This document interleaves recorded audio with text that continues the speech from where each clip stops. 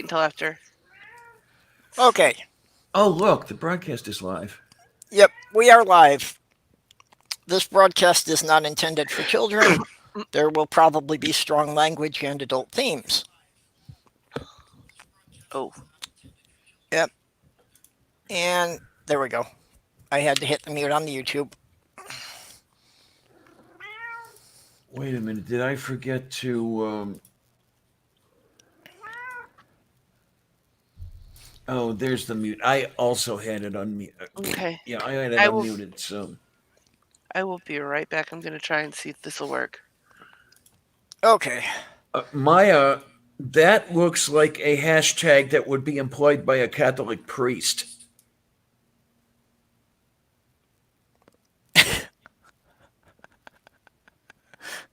Okay, yeah, I didn't see it until you said it. It appears to be working. Oh, Well, really? there you Hey, are, Kitty. We can Yeah. how see do you. you like that? Now it's gonna be weird because I'm gonna want to stare at this computer over here, but my camera is here. I had that problem that for MathPig stream I was live on camera for the first time and trying to figure out a setup that I could put it so that I was looking into the camera and still able to read the chat. He's It poking took a me in the lot back of playing my around to head get with the his. camera in a good position. Now, wait a minute. From a couple of the thumbnails I saw, you were not simply the mask on a T-shirt. Mhm. No, I had the webcam up, but I did all with the mask on. Oh, So I can't do a face reveal until I'm out of this town. I kind of But figured. if I can manage the move this month, manage the move in February, then the first stream I do from Minnesota in March, I will do a face reveal. Hmm. Oh boy! Oh boy! Oh boy! Oh. So, um, I yeah. also have another announcement that's Okay. kind of flooring me as being a rather strange thing. What's that? Well, it turns out I actually have a patron. Oh, really? All right, Yeah, and it's not somebody is Sylvia. actually sending me money from my YouTube channel. I don't know, man. I Yeah, had this. well, I had this whole setup going where I was gonna start being people's patrons, but like I would put the money, try to put the money aside. Excuse me, because from what I understand with Patreon, they take the money at the beginning of the month, Yep. yeah, right? So what I was going to do is I was going to set up my direct deposit so that it would deposit extra money so that I could become people's patrons. But every month for the past 6 months, something has come up, and I've had to use that $40 that I was setting aside for something, and it's Yeah, so it always frustrating. works that way. It always works yeah. that way. I know what you mean. I've got about 25, $30 a month that, every couple of months I shuffle it around to different channels because Hmm. that's about all I can afford. Excuse me. Let me see. So thank you to Greg Hartwick for being my first patron. Yay, Greg. And it's like I don't Oh, really know him, but I know I've seen the name in the side chat here a number of He times. So he's been my patron for a while. Try a few months. yeah. So yeah, Good, Diane, I good, good, saw good, good, that good, you good. you had a new video up on the Cooking with Lavender channel there. Yeah, I just threw something up there to give folks an idea of one of the reasons, at least, why I don't have a phenomenal video output. Um, and an idea of what I'm dealing with as far as dietary stuff goes and everything. It's that was the end of one of my shopping trips, and it's amazing how little one can eat when one has to. Because most of my diet is Most of my diet is rice, um, with a few little things that get thrown in there. Like maybe chunked up chicken or something. Or any minute now, it's going to be a cat. And I found a ham when I was one of those super cheap hams. A lot of fat going on, but that's not bad when you're using it in stews and stuff like that. But a buck a Mhm. pound, shit, I had to get it. I had to bring it home. Oh, yeah, at that price. Yeah, this is the kind of stuff I've learned to watch for. Um, I kind of picked it up from my ex. She would look for special pricing on all sorts of things, and we'd occasionally have lamb, for example, when there was a manager's special on it. Yeah, I got the ham this time at a buck, and the last time I went shopping, they had the last of the holiday turkeys at I think it was about 90 cents a pound or something like that. So I grabbed one, Nice. and they were all out of the special price turkeys when I went up this time. Darn, darn, darn, darn, darn. This is why I wish I had the space and the money for a chest freezer where I could buy half a dozen turkeys, for example, stick them in the chest freezer, and I'd have, turkeys all year.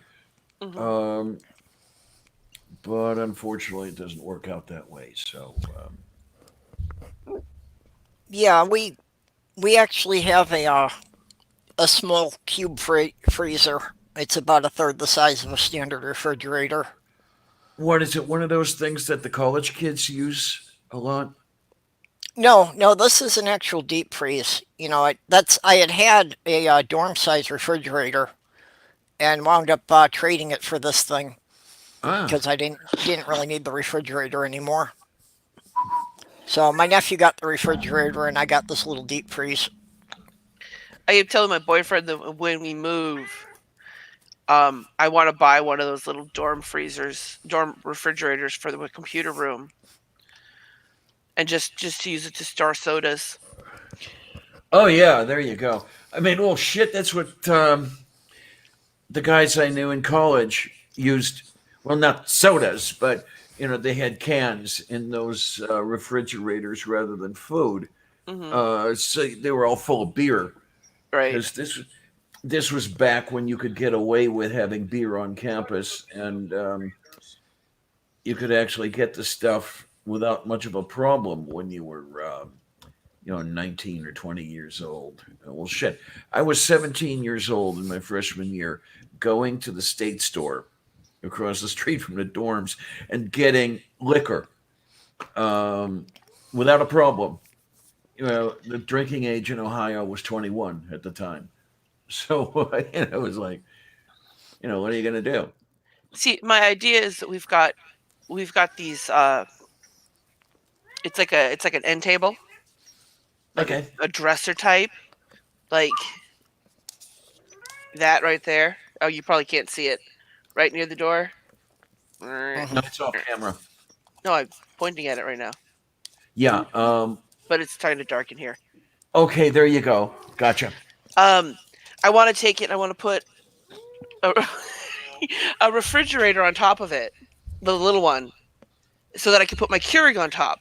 Because what we end up having to do if we have ferrets is we have to have some way to close the door so they can't get out. And I get Mm-hmm. so frustrated after coming home from work or whatever and having to climb over this thing repeatedly. And it'd be nice to be able to just have drinks, coffee creamer, and my coffee machine in here so I can just stand up and be like, coffee, instead of having to Oh, go all so over you've the got the place. ferrets running loose in there? Not at the moment. She's in her cage, but when we let them out, Hmm. she's old, and so she sleeps a lot. Okay. What? Okay, what is old for a ferret? 6 years. Actually, give me just a Okay. second. Give me just a second. What are you doing?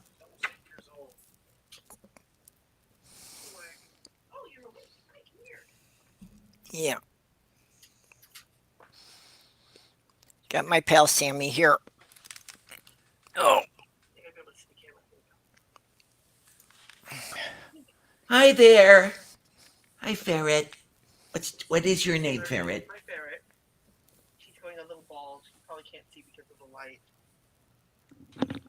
Kitty, your microphone's not working very well now. Oh, yeah.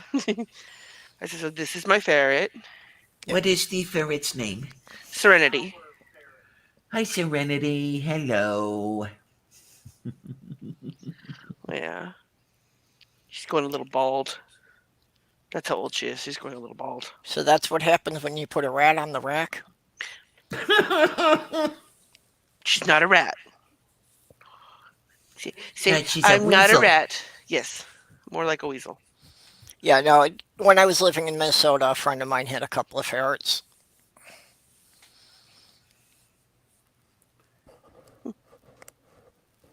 I has Yeah. never had the ferrets. No, just for the last 30 some years have been had by kitties. Yep. If I ever had a house that I actually had a yard for them to run in, I wouldn't mind having dogs, but other than that, I'll stick to cats. Yeah, okay. I mean, ideally, yeah, I'd like a house with a bit of a yard, and then I would have like two medium-sized dogs and maybe two or three cats. I don't figure 5 know. animals in a house is the absolute limit. Well, in Pittsburgh it is, by law.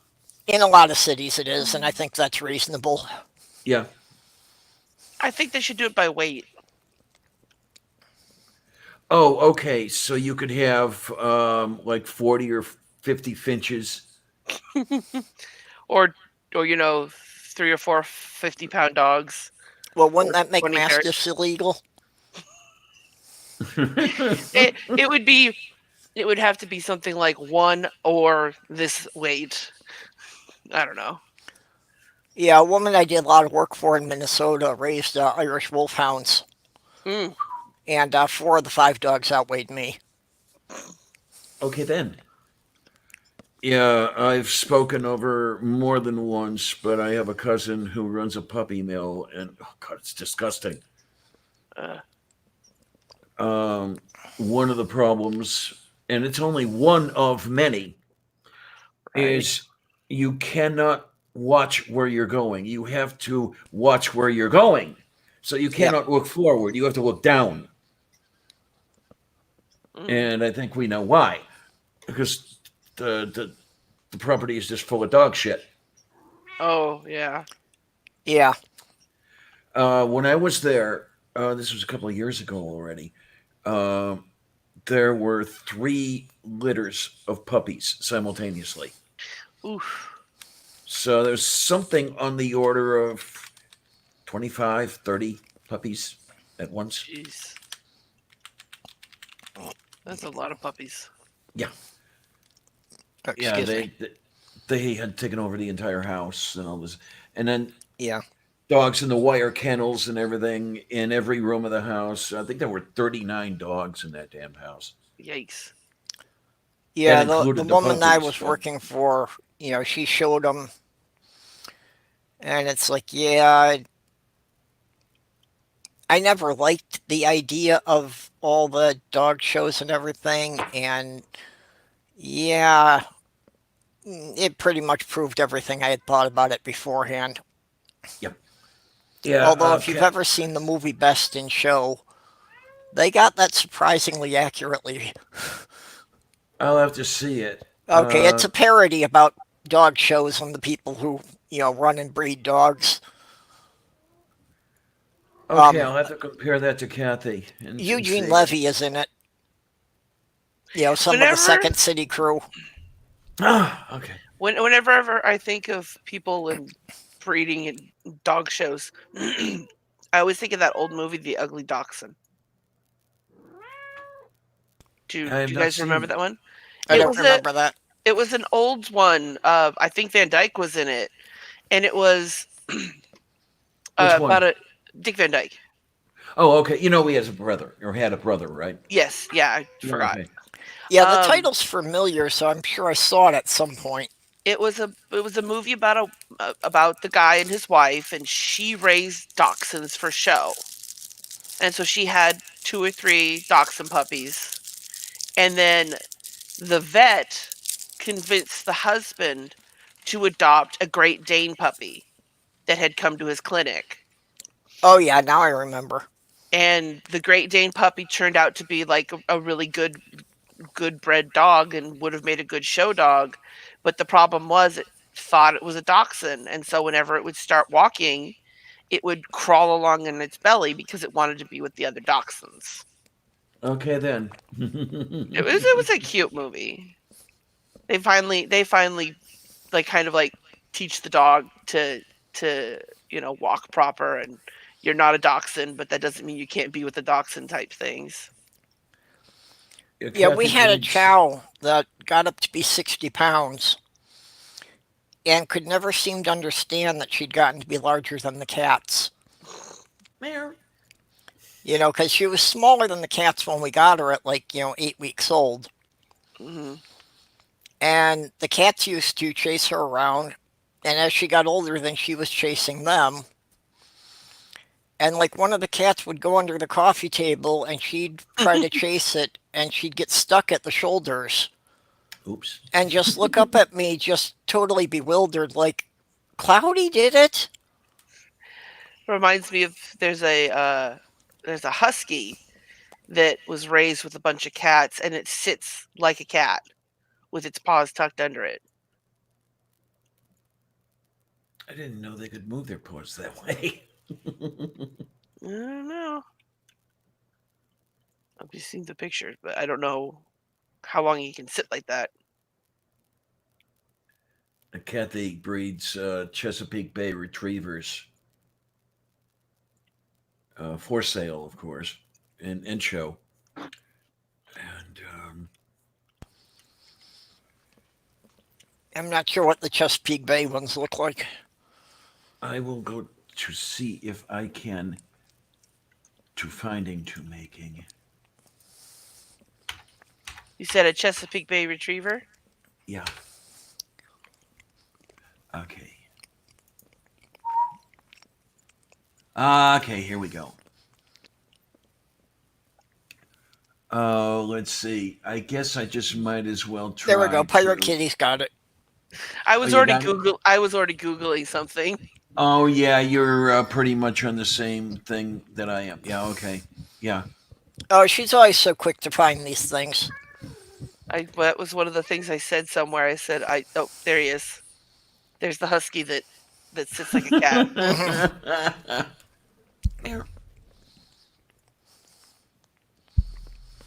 Loves boxes. Well, and if the dog's been sitting that way its whole life, then I'm sure to some degree its muscles and joints are just used to that position, so it's probably comfortable.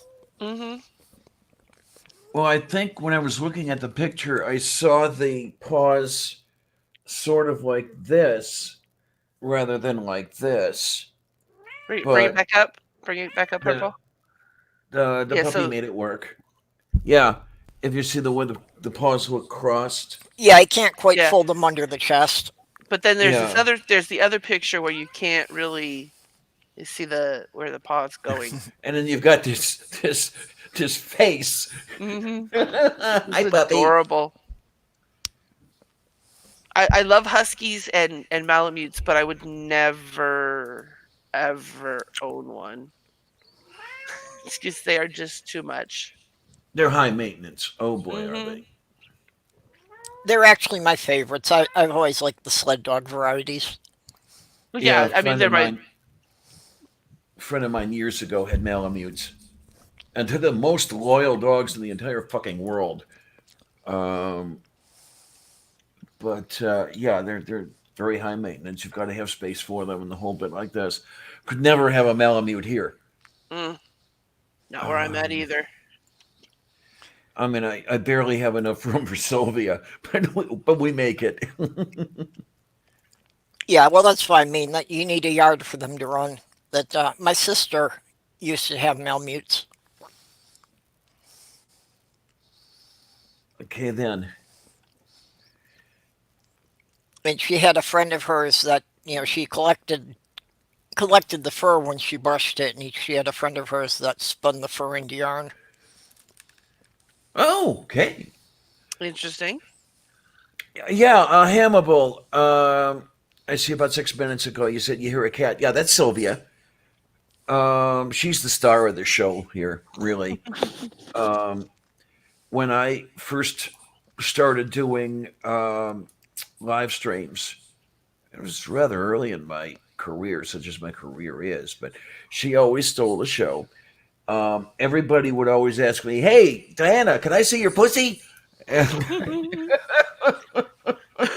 It's like Rachel Oates and Kira. hmm She's always like, "Oh, I'm yeah, sorry, she's in the video," and people are like, "No, we love it. More yeah, puppy." Kira's the star of the damn show, really. Well, when we talked at Faithless Forum, she had been talking about the the puppy getting into her lap during the show. I said, "Have you ever thought of just putting your desk on the floor so that you can sit on the floor Indian style and she can just get on you whenever you want? Because that would be great." Because she was saying Yeah, and then she would put the puppy in her lap, and the puppy was scared of falling. I'm like, well, if you were hmm a little lower, it wouldn't be that scared. Yeah, Cyrus has been doing that now with his new puppy. Hmm.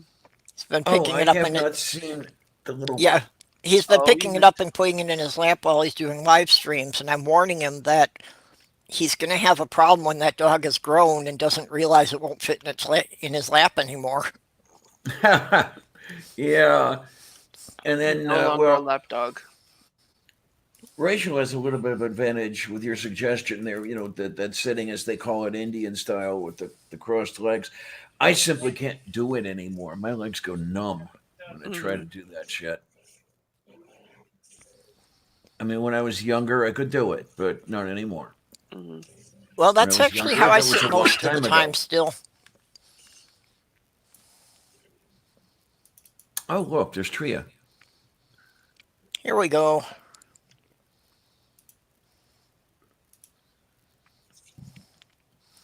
Um, Oh, that's right. I mean, it would help if I had the. Oh, there it is.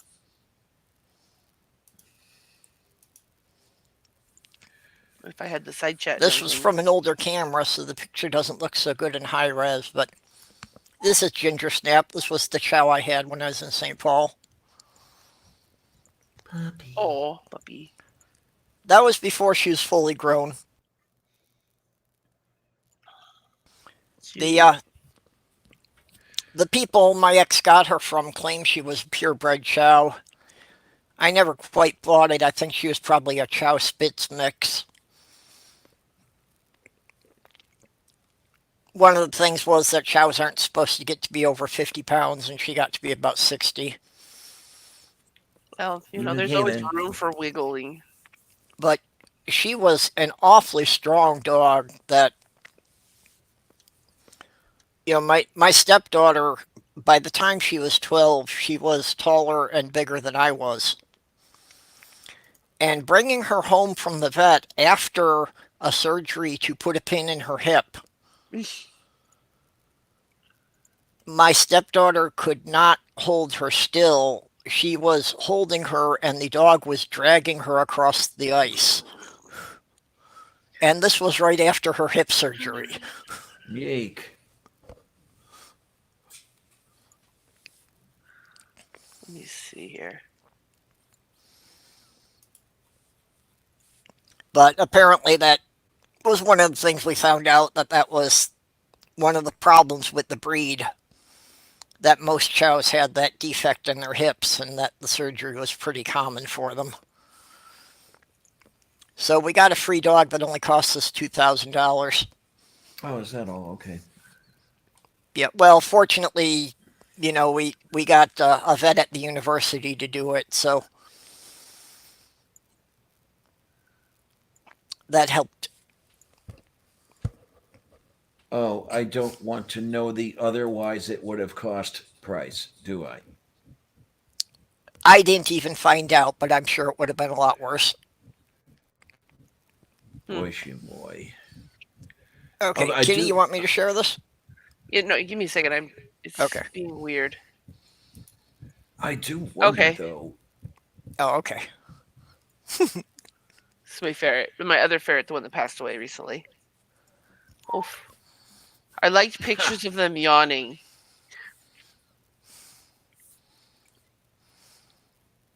Oh, see what it says? Yep. Oops, I pooped under your desk. Or a bunch of the same picture. He liked his popcorn peanuts, packing peanuts. And they like shoes.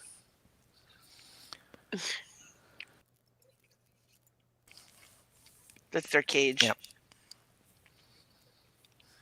Let me try something here.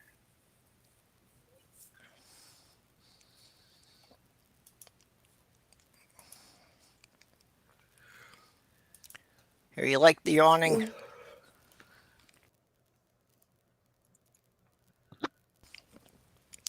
This is one that I got just accidentally. I caught my cat in mid sneeze. Oh no. So this was Tasha. So that was about 20 years ago, you know, late 1990s. And that other ear disconnected there, that's Cloudy.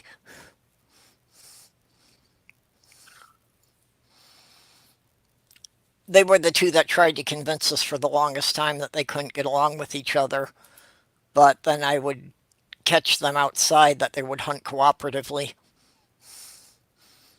Yeah, help each other get food. Yeah, that Yeah. one of them would hide in a bush, and the other one would circle wide around the neighbor's hedge and scare the birds out of the hedge. Well, that's smart. And they would take turns at who was the pouncer and who was the chaser. Yeah, we had two cats. They did not like each other. The thing that finally made them start getting along was the 3,000-mile drive across country. Oh, well. We had them in California, and we had rented a U-Haul. So I was in the passenger seat, my mom was the driver, and then between us, we had the two cat carriers stacked. Um, and about quarter of the way into the trip, we stopped, put them in their leashes and harnesses, and let them out of the car so that they could do their business. And then when we went to put them back into the car, um, instead of going into their own carriers, they both went into the same carrier and spent the rest of the trip that way. Yeah, I'm kind of wondering if the move might have that effect on Sammy and Petunia. That, they've gotten to that they tolerate each other, but still don't really like each other. But my car's just a little two-door hatchback. So basically, I'm just going to build a cat kennel about 3 foot square that'll fit in the back of the car. So Sloth Girl gets to drive with the cats, and then I'll be driving the U-Haul with all of the other stuff. Hmm. But, I don't want to risk taking them in and out of the car, even to stop, so I just need to make them a kennel big enough that they can have a litter box in there, Right. and that when we stop, we can put food and water dishes in there. Because I don't want the chance of one of them getting loose somewhere, halfway along the trip. Right. That's Right. fair. Be kind of difficult to recover. Yeah. Kitty Because we got spent loose. they our cats. We had them in harnesses the whole time. And so before we would even open any doors, we would clip a leash to the harness. Um, and we stayed at a couple hotels along the way because we were going 3,000 miles. We were going from one Yeah. end of the United Yeah, States you to the couldn't other. make the So, trip in one day. hmm Oh, Um, why not? yeah, for us, I'm figuring it's, including, taking like, two good breaks, it'll probably be about 8 hours. well, that's not too bad. Yeah, Tria, we finally have some apartments in St. Cloud, Minnesota that we should be able to afford with me doing some maintenance work. Um, so we sent in the last of the paperwork today, So expecting, yeah, that for March 1st we could be moving back. Although we're probably going to need some help because I I had $5,000 saved up, but had that incident that I got screwed out of 6 months' pay. So I now have no money saved.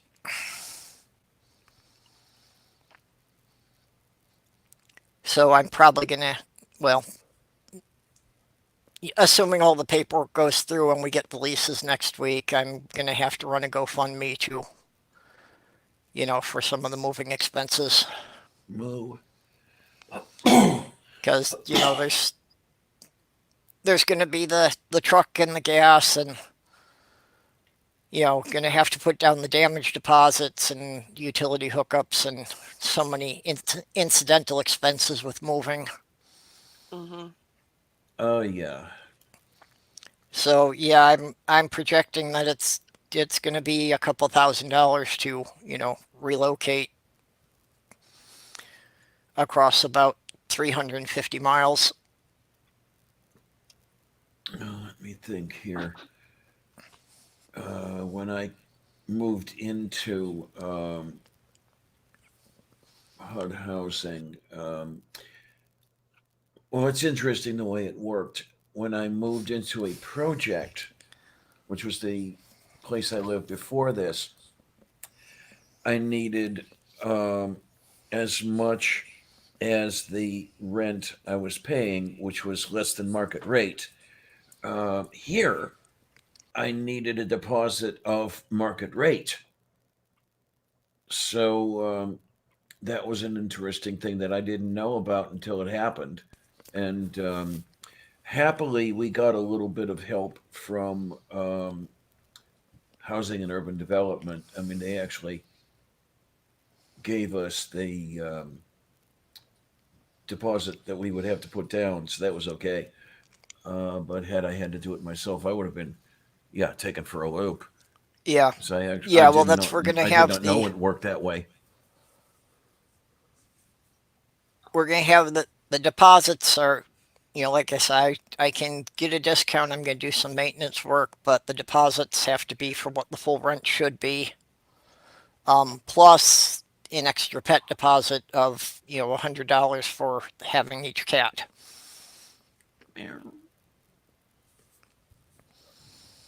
Yeah, pet Boy, deposits are a pain. I got lucky. I didn't have to put a deposit on Sylvia, um, and of course she's been a good kitty, so she's well worth not having to pay the deposit. I don't know what some of the other folks are like around here, because not everybody has pets that are as well behaved. Hello, Tria. Hey, Do I know Hello. you? Have I seen you somewhere before? sorry I haven't been around much, Diana. Yeah, we don't have too much of a problem as far as them doing any damage. That well, Petunia was declawed when she got her, so she tries to mark the doorposts and that, but she can't do anything. And Sammyson really doesn't. He claws on my recliner. Other than that, he doesn't bother much, except there's just one tiny little square in the bedroom carpet right by the bathroom door that he's pulled the corner up. Oh, that's going to cost your entire deposit. You know Well, no, because that. actually, when Oh when I man. moved in here, they said they actually were going to delay my move-in date because they were going to replace the carpet. So I told them not to because I had a cat anyway and I didn't care.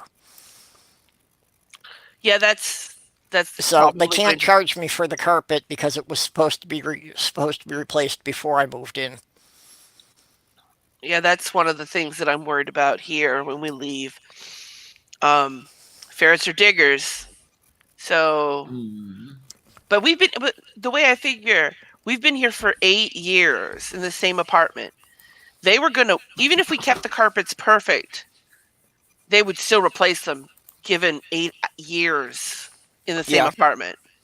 So maybe we'll get away with being like, hey, you were going to replace them anyways. But Yeah. We're kind of hoping that it'll be that way when we leave because my sister um, has a few ticks, and one of her ticks growing up when she was extremely nervous was pulling the paint off the walls. mm, So we're kind of hoping the fact that we've been here 15 years that our landlord won't really make a big deal about it once we go, because he's technically supposed to paint it um, basically when we leave. Like, he doesn't have to paint it while we're living here, but he will have to repaint legally after we leave. So we're kind of hoping he'll just overlook that. They never do, but Yeah. Well, that's, as We're long not as going to we get our safety deposit back anyways. None of us fucking remember how much it was at this Yeah. been point. that long. Yeah. Like, when we moved in, I was still in middle school. So, I mean, I don't Well, think and that's, either part of of us it are is like I cool. expect we'll get the damage deposits here back eventually, but we still need to put the deposits down on the new place before, that's going to right. happen. Yeah. Hmm. Because That's Yeah. they can another take thing a couple of everybody months to get the forgets. money back to us. Yep, sure will. Yeah. Oh, I am glad you're getting out of there. I'm so Yeah. glad. Yeah. Well, that's what I've been trying to do the whole time I've been in this town. Yeah, you've kind of told us that. Don't blame you, though. Yeah. So St. Cloud it's a decent sized city. It's not a huge city, but it's pretty good. And there's campuses for both the University of Minnesota and St. Cloud University there. Mm-hmm. So pretty much it's a big college town, which is good because it also means I'll probably be able to find some local gaming groups. And if I Yeah. can't, it's about an hour and a half to 2 hours into Minneapolis, St. Paul. Which Oh, I've yeah, got. that's not that far. Yeah, well, I've got a group of friends there, and actually, three of the groups I started are still running there, Oh, wow. including what is now Cool. the longest running gaming group in the state of Minnesota. I have had, like, crap luck with, like, in my local area finding gaming groups. Like, I've had really good luck online so far, but my biggest complaint about my current D&D group is that we're not exactly the most consistent people, but I mean, honestly, if that's the only complaint, that's not a bad one. Hmm. Like like we all get along, there's no infighting, like no drama bullcrap. Nobody trying to trying to undermine anybody else. It's very nice.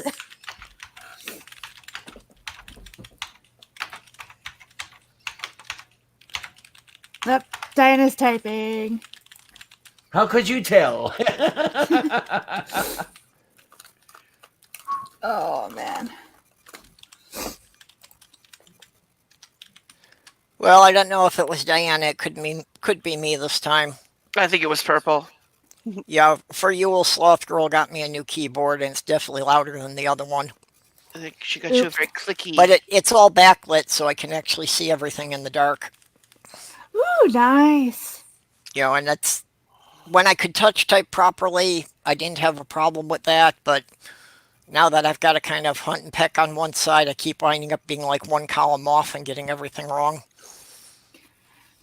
I got a Switch for Christmas. Kind of Cool. late, but I got a Switch for Christmas. I'm so excited. Because we have games coming out that I look forward to. Not quite sure how I'm going to get said games, but basically one of my friends said, I played my Switch twice, didn't like it. Do you want it in exchange for the gift cards you've been saving up? So I said yes. Got it for about $100 cheaper than I would have if I had gone to GameStop. Not bad. Yeah. So, because I've been saving up, like, they announced the Switch, and I started saving up all my GameStop cards, because that's basically what I get for Christmas every year. Like, is GameStop cards. So. So I may disappear into video games for a while. What, you can't do both? I mean, what do you think I'm doing right now? Oh man. No, it's not just that. It's I really have to get my video edited. I've got video games and I'm also getting ready for the Ren Fair. So although I don't have nearly as much work to do for that as I thought I would. I think I've given up on trying to dress up for the Ren Fair.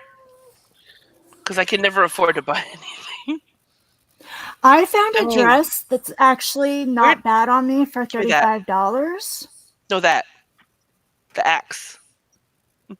Hey, is that boyfriend? Yes, he's behind me. Gotta see him. Hello, boyfriend. Wave to the camera. It's right here. Corey. He's just ignoring. Oh, give me my axe. Pretty. Ooh, double blade axe. Yeah. This is just one of like the weapons that we have here. I've got 2 naganatas, a spear, a great sword, a claymore. Yeah. Because when we go to the Renaissance Fair here in Georgia, we can't afford anything from the leather place, so we get weapons. Yeah. I would love to be able to pick up a corset this year, but I'm not 100% sure I'm going to be able to. I'll be right back. Jeez. Excuse me. Be mindful that cargo trailer of yours is actually smaller than my living room. Wow.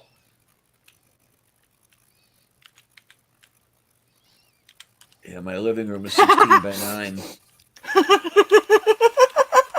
Maya says, damn, keep that thing away from Orla.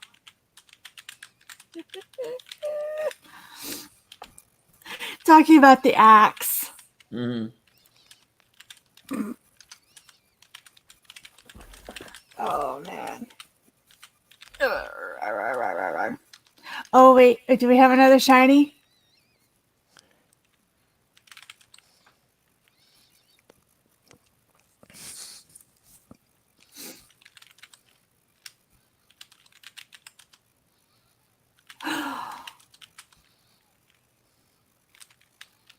I think you're we can't hear you, Pirate Kitty. Oh, yep, I hit my mute. There you go. So there's this. There you go. This is a bodice dagger. So the theory is when you're wearing a corset, it goes right here. Mm-hmm. Yeah. Yeah. I have a pair of scissors that kind of is like that. Hold on. I need to. They're not the most useful things, but. Oops. And then there's this. My spear. Oh, those are nice. Yeah, and the sheath. I'm gonna have to try and take this and get it fixed because we left it leaning on a fence on the wall, so it's kind of bending here. So I'll have to get that taken care of somehow. Don't know how. And then the other thing. Where is it? Okay, here we go.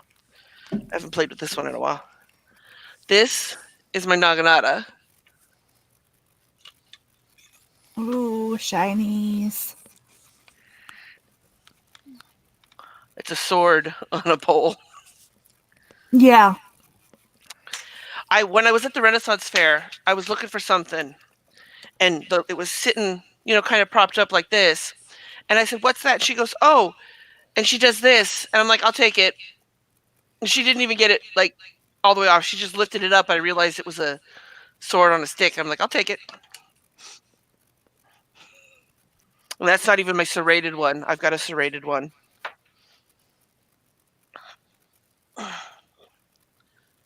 Yeah, I like my bladed weapons.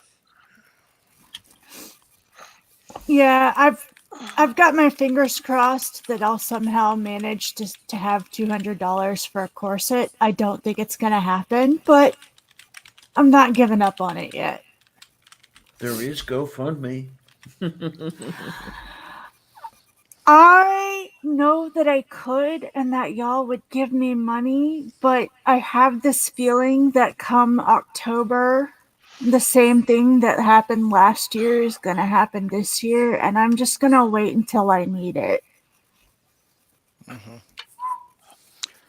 Like, like, I'm the kind of person where if I desperately need the help, I have no issues asking, but if I don't really need it, I'm like, like, I mean, I actually, even if I don't get it, like, I get half a day away, completely away from my family. I don't have to take care of Elmer, don't have to take care of Hufflepuff, don't have to take care of my dad, which I don't have to do much with him, but there's the occasional I have to step in and do his chores. But I don't have to take care of any of them. I actually am physically leaving this town. Mm-hmm. Physically leaving town. Yep. And going to the Ren Fair with my best friend. So, Yeah. I mean, just doing that is going to be big for me. I know what you mean. The only way I managed to stay sane around here was going back to Minnesota twice a year for gaming conventions. Yeah. And like, it's not really been bad around here, at least not compared to what it was December. It's just, I haven't really had a full day away since October. So I'm kind of itching to get away because I love them, but Everybody needs a break. Soon. Yeah, if I don't get away soon, Yep. things are going to get bad around here. Well, that was a great thing about the excursion I took in 17. It was 10 days out of Pittsburgh, and that 10 days out of Pittsburgh was beautiful.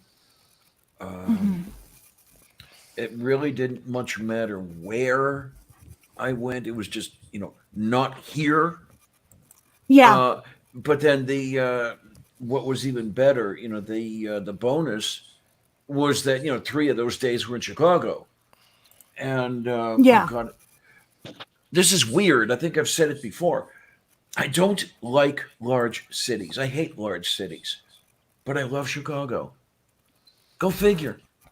Yeah. See, I grew up in the Chicago suburbs, and the only thing that could ever get me to go into the city was the museums. Okay. I just found Chicago too congested and overall just kind of grimy. Now, what's the time differential from then to now? Well, that was in the 80s. That was, I well, won- mostly in the 70s, early 80s. I wonder if there's been some improvement because, well, at least Schiller Park, downtown Chicago, that neighborhood, that didn't impress me as grimy or congested. Uh, yeah, it was North Side. I'll give you that, but um, I didn't see what you were describing. Area probably has a lot to do with it. Yeah. Like And for the Well, I don't take crowds well. So any place that there's too many people packed together, I start kind of freaking out.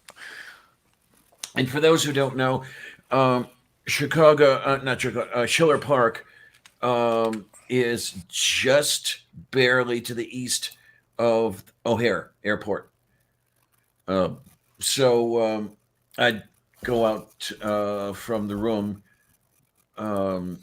and just watch the planes coming in, reading the tail numbers as they were taking off and coming in for landings. That was fun, definitely. But yeah, the museums are amazing. I'd love to be able to go back and pick up the stuff I didn't get to. Um, I took in Adler. I took in MSI. Um, as far as the museums went, that was it. I did not get to the aquarium. I did not get to the field museum. Um, That would be the but first place I would have gone, was like the aquarium or whatnot. okay, but I did see a game at Wrigley. Yay! Yay! Oh, Yay! Yay! Yay! Yay! Yay! Yay! As a matter of fact, it was, I would say, the most exciting game of the entirety of the 2017 season. Um, it was against the Reds. The Cubs were behind 9-0 in the second inning. Um, but after Lester got pulled, he ended up hurt. Uh, they came back to tie, including, I think it was the sixth inning with 4 home runs, 3 of them consecutive. The crowd was going nuts. They did lose 13-10, but God, it was a hell of a game. And I was there to see it. Yay! I kind of secondhand understand the crowds thing. I don't like crowds that much because I don't like the feeling of not being able to move. But Hufflepuff has it worse.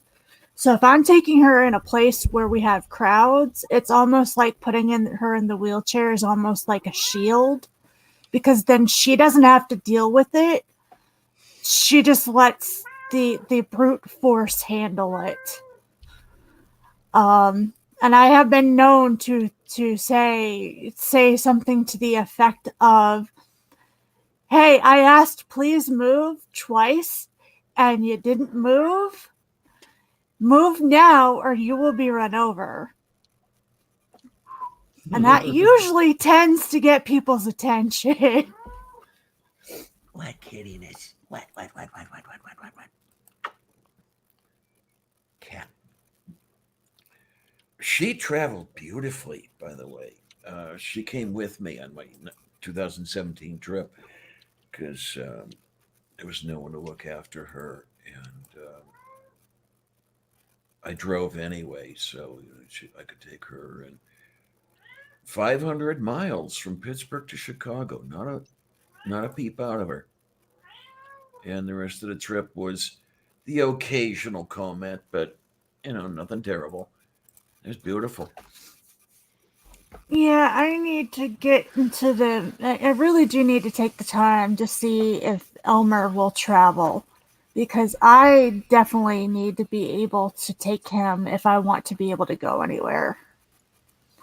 Um, and my big concerns with him are not necessarily him not being able to handle car trip, but he has the powers of the Houdini and the Flash, and I am kind of scared that he might escape.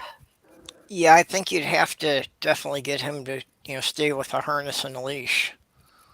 Well, I would definitely keep the harness on him, like, until I tuck myself in for the night, like, keep the harness on him so that if the door opens, Yeah. yeah, he's gonna have his harness and leash, because I don't think he would actually try to break free from that, because he's not really a scaredy cat. The only thing he's really scared of is sometimes if it gets windy during the rain now, but that doesn't happen Yeah. nearly as often as it used to. Like, he's starting to realize that maybe the tree thing was a one-time deal and has actually calmed down a lot more during thunderstorms. So, Yeah, I'm um, gonna get Sammy used to a harness. I don't think he'll have any problem with it. Petunia, you would never get a harness on. Yeah, at least not without bleeding to the point that I'll have to run you to the hospital. Yeah. She doesn't have any front claws, but she'll kick with the back and she bites a lot. So I can't see anyone being able to hold her still long enough to fasten anything around her. God, that sounds like the way my Miranda would be. Yeah, she was deadly. So that's actually one of the things I'm most concerned about is that if I'm driving the truck and Sloth Girl is alone in the car with the two cats, that Petunia is going to be yowling and driving her crazy while she's trying to drive. Oof. So I'm concerned about her driving with that level of distraction. So I'm hoping that the cats will settle down, but we've never had them in a car, any further than taking her to the groomer or the vet. And how's Get them that gone? high. Well, even to take her to the groomer, we have to drug her. Well, you might want to talk to the vet about a sedative then. Oh yeah, we're definitely going to. The problem is that the length of the trip is longer than the drugs are going to last. So the last couple of hours.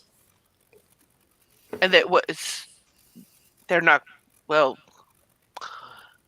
you couldn't get pill type sedatives Yeah, actually that can be re-given later.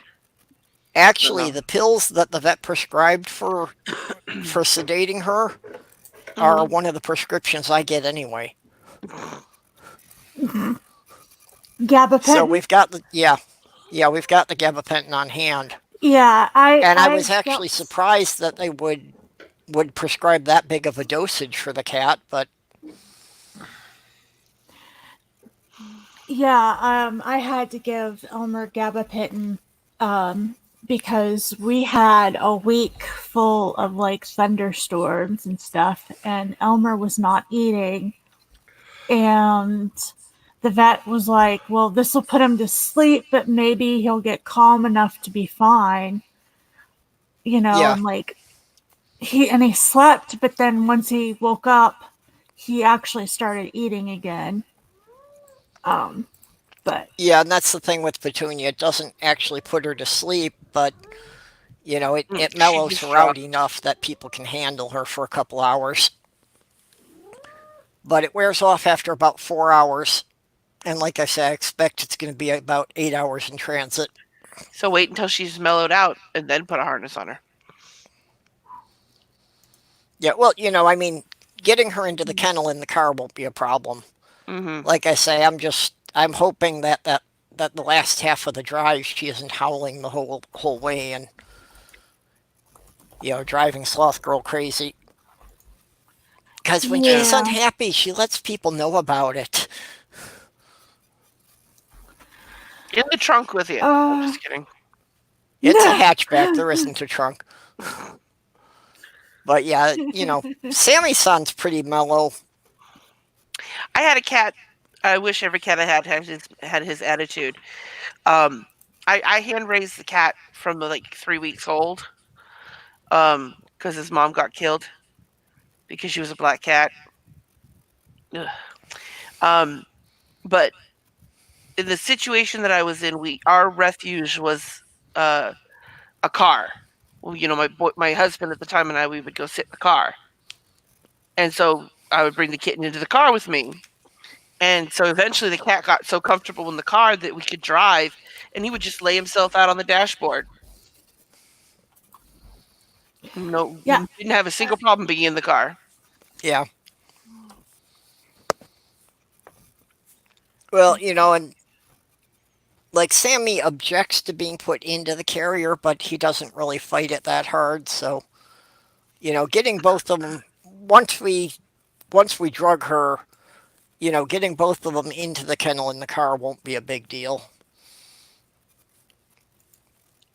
So I'm just hoping that by the time the drug wears off, she'll be used to the car enough that she won't make too big of a fuss of it.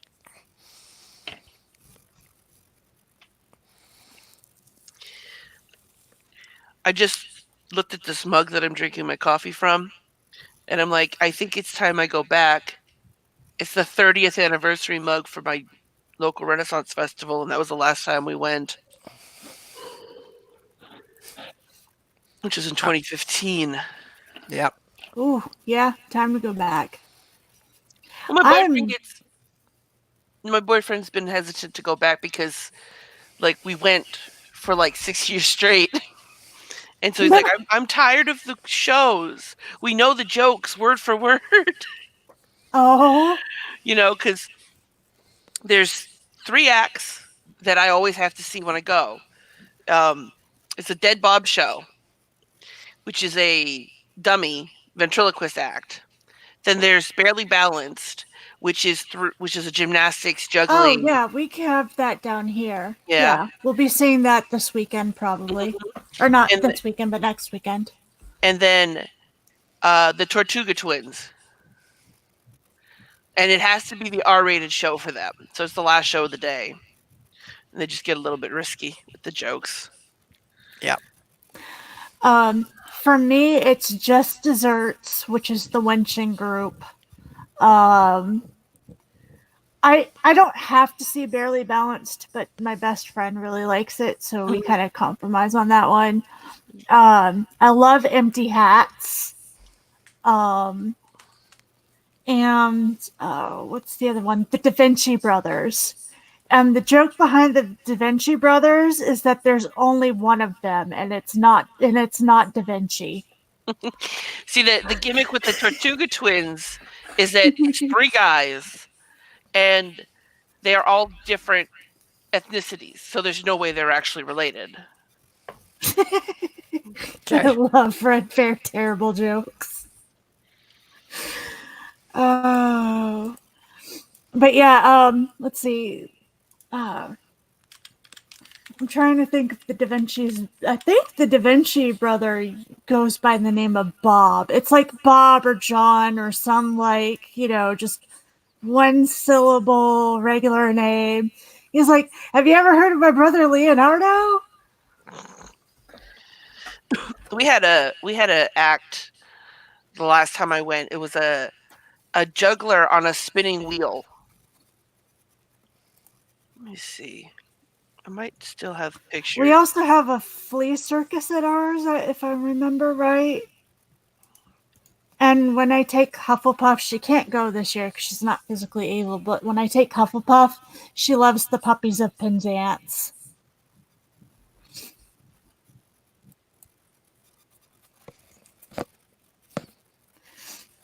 And we've totally lost Diana and Perp. Yeah. No. I'm listening. It's just, I haven't been to a Renaissance Fest in over 20 years. Minnesota has had a pretty good one. Although I'd also heard from friends that it had kind of fallen on hard times, that, at some point there was a change in the management which did not go smoothly. Oh. So I'm not sure what condition it's in anymore. Hey, Perp, share my screen.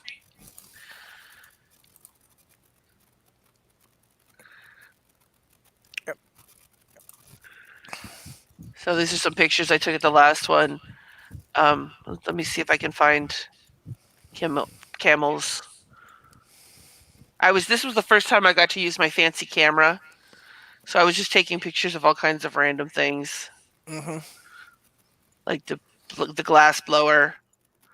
Come on, go faster. Oh, nice. I was trying to get a picture of him smoking when the glass was put on the wood and it would smoke, but I couldn't get the... Yeah, there we go. He's on a giant wheel that's rotating, and he's in the middle of it or outside of it. Yeah, there we go, the full thing. Yep. Walking around on it. I see. This is the Tortuga Twins. This is 2 of them. There's one. There's the other one. There's another one. And let me see, where's Raphael? Do I have a frontal picture? And then there's the third brother. Okay. It's like they look nothing like each other. But it starts off. This is the part where they start the show off talking about this is the R-rated show. This is not appropriate for children. In this picture that I took here, there's a kid right underneath him, and he's telling the kid that lesbian is a good nickname to call grandma. Okay.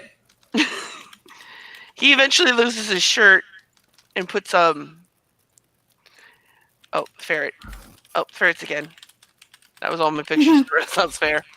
But yeah, we've gone so many times that we know the shtick for the entire show. Like, and he does this thing where he'll pick a person, an adult, the one with the long hair. He'll put his hair up in a pony in pigtails, and then he plays off a little flamboyant. And so he picks a guy in the audience and flirts with them for the entire show. And so my boyfriend and I are sitting there, and we're like, I think he's gonna pick that guy. He looks like the type he'd pick. So we're just, goofing around with it. But like I said, singing the same thing every year gets a little tiresome. Yep. Yeah, like I've only actually been like 3 times now, so it's not a big thing for me. Like it is a big thing, but it's not like I know all of the stuff. I kind of know the just desserts. One, because they do change it up a little bit, but not so much that I don't miss things. Mm-hmm. But the when usually I wind up going with my best friend, and she's not as big on the shows as she is on going and buying pretty things. So that kind of helps to not make it monotonous. I am a little bit concerned because they're telling us that that they're changing the venue because Alachua County sold the fairgrounds. Ooh. And they're changing over to a place that isn't ready for anything yet. Oh. And So there's there a aren't little any bit structures of established. yeah, they're really concerned that Hogtown might not come back next year. Oh, that And sucks. that's kind of sad. Yeah. They say that they're not going to let it get them down, and if they skip a year, that it's not going to be a big deal. But I've seen what happens when big events get skipped a year, and sometimes you can bring them back, but Yeah, sometimes it's hard to draw the crowd back again. yeah, especially if you're changing it to a completely different location. And probably a different time of year too. So If you're changing the month, that can be a big problem for it. and they're also not sure if they're going to keep the name either. And I'm like, you really should keep the name. Don't be an idiot and keep the name. If you want people to keep coming, you need to keep the name.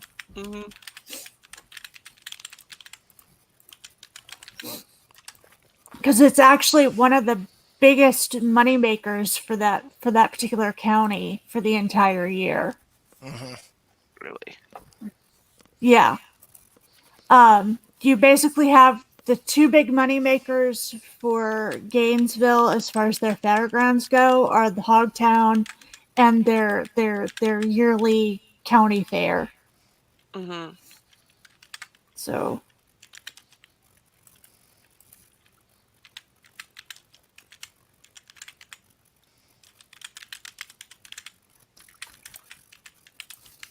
It doesn't seem like a good idea to change your name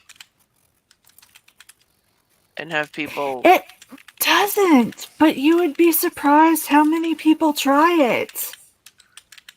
It's like this. It's an established name. This thing has been going on for 34 years. Like that's the name everybody knows it by. Yeah, and I've known events that have crashed and burned just because of that, because they had to relocate or something, and for some reason they couldn't get the legal rights to still use the same name. Hmm. And that alone can be enough to destroy a convention. Mm. Yeah. Um, and the wildest stuff will ruin a convention too. We had one that was here for a while, and basically somebody mishandled the money a little bit, like not a huge amount, but just like a little bit, and that blew up the entire convention. It just ate itself. I I I'm surprised that like Dragon Con didn't have those kinds of issues given its issues that it's had. Um, one of the co-founders of the event was a pedophile, convicted. Oh, And so part of the problem was is that they were legally obligated to continue to pay him royalties. Um, they finally got him out. I don't know how, but like he had been convicted and then he was on probation or something and he was caught in a hotel room with an underage boy. And yeah, they eventually managed to like buy him out or something. So Ew. now I can go and not be guilt free about it yeah. because I didn't Yeah, I've go until they managed to get rid of him. But like they still make millions of dollars on that event, and I'm just like, I mean, I guess, but I couldn't do it myself. yeah, I had no clue. I haven't been to Dragon Con. I could go to Dragon Con if I really wanted to, but then I would not be able to do anything else for the rest of the year. Like Yeah. nothing. Because I don't get paid that much. Hmm. And like I have room and board. Like I have room. I have friends who would definitely um take me Hmm. and like make sure that I'm provided food and all of that stuff, but it's all the other expenses. Just What Yeah, what other Diana? expenses besides Diana. tickets? uh Yep. What? In the side chat, Robert X is having some questions about your cooking channel. Oh, okay. Let me. There we go. I got this going.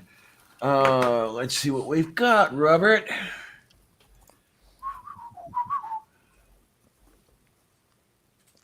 Sorry, didn't mean to cut you ladies off. Wait a minute. Can we expect part 3 of your channel? I'm getting hungry. Actually, I want to do an episode in the next couple of days. It might have to wait until Sunday, but and then of course Sunday after the coffee with lavender. But yeah, I finally got some experimenting done, and I finally got fried rice down the way I like it. Oh, So I think I might want to put some fried rice tips out there. I like fried Um, rice. yeah, one of the things. Well, in talking with Kate, I got some tips on which rice to use, and some of the experimentation led me to um, the ratio of rice to water or water to rice, however you want to put it. It's very, very sensitive when it comes to that. Just a little too much water and you're mush, and just not quite enough water and it's um, still hard and crackly and might break a tooth on it and stuff like that. So it's as I say, it's really sensitive to the I've amount of water. actually So that found might for be something to fried put out rice, there. for doing the fried rice, I found the best thing was to do the rice the day before Yes, and leave yes, it in a yes, bowl uncovered in the fridge overnight yes, so it, absolutely. gets a little bit dehydrated. Mm-hmm. Um, Definitely do that. Um, and I really like using basmati rice, but basmati rice is a little on the expensive side. Um, think when I was looking when I was out shopping, it was around $2 a pound. Um, and I'll go through a 5 pound bag of rice in a big hurry Yeah.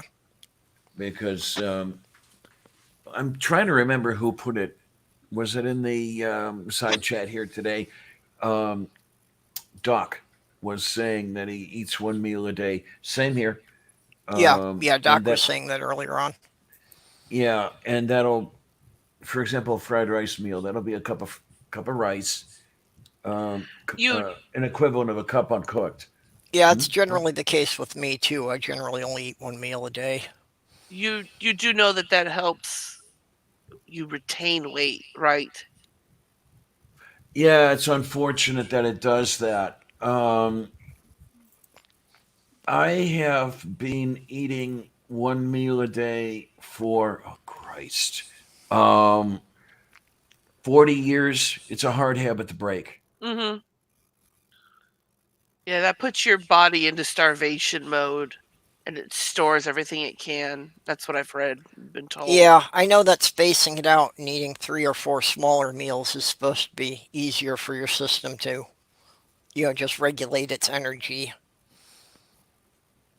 What I might have to end up doing is instead of eating a meal, is just have a spoonful of something here and a spoonful of something there and Or, see if I can't.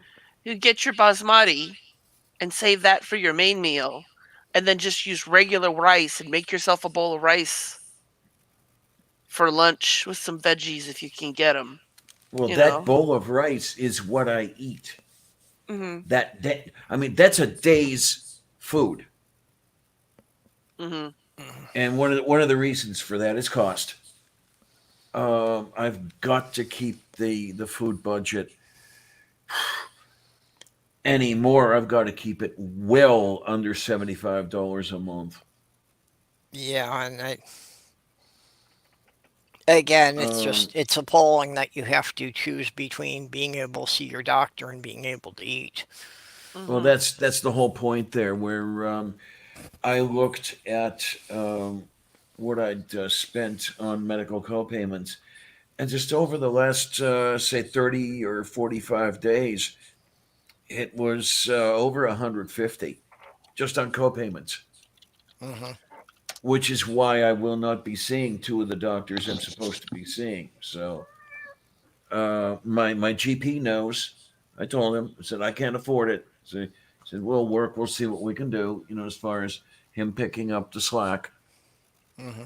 But it's the way it works. Yep.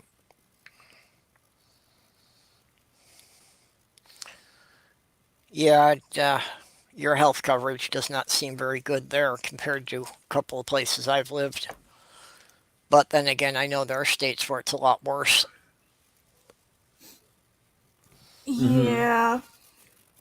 We're so lucky, and I am so scared that some idiot in up in Washington is going to decide to cut fundage towards Medicaid and Medicare. Um, Actually, you have to because be more concerned with who's elected at the state level. yes and no, because we get supplements to Hmm. our state insurance through federal. And Right. if they cut that at the federal level, then people like my sister will get cut off because they'll just be like, "Oh, well, you know, we don't have enough funding, so we're going to throw some people off of it." Yeah, unfortunately, And that's also happened in many states, not because the feds weren't willing to authorize the funding, but because the people in the states didn't want to agree to some federal regulation. So they just didn't accept the funding rather than having to put up with some federal oversight. that could happen, but here's the thing. 80% of the voters in Florida are over 65. Yeah, you get rid of their stuff, they're not going to vote for your ass again. Yeah, and yet Well, Republicans still manage to carry the state, even though the Republicans still vote against those programs. well, the interesting thing is though that okay, you vote to cut funding, and then you're not going to get reelected. The problem is that the funding's already been cut, and getting it back is next to impossible. That is true, And but they know nobody. this. But the thing is that yes, there are Republicans who have tried, but it's not an agreed upon effort down here. Yeah. Well, I know that's been a problem with a lot of the states, especially, areas where there's a heavy religious influence. That the Republicans have been really good about getting people fired up about emotional issues to the point where the low income people will vote against their own interest Yeah. because Oh yeah, they're oh worried no, I'm about not stopping saying gay they marriage won't. or some bullshit like that. I'm not saying that there's not voting against interest. I'm just saying that I have watched bills go into our Congress, our state Yeah. Congress, and people from places like Tampa and Ocala are like, hell no. Well, we're not touching that because no, I will go Mhm. home and find a bunch of angry 60 to 80-year-olds on my front lawn. And I'm sorry, Yeah. but the angry mobs scare me more than you do. Well, and that's why we might be, the potential for a blue wave now, because there are a lot of Republican congressmen who are realizing that the people that they have been representing are beginning to grumble about being unhappy with some of the things they've pushed through. Mm-hmm. Yeah. Yeah.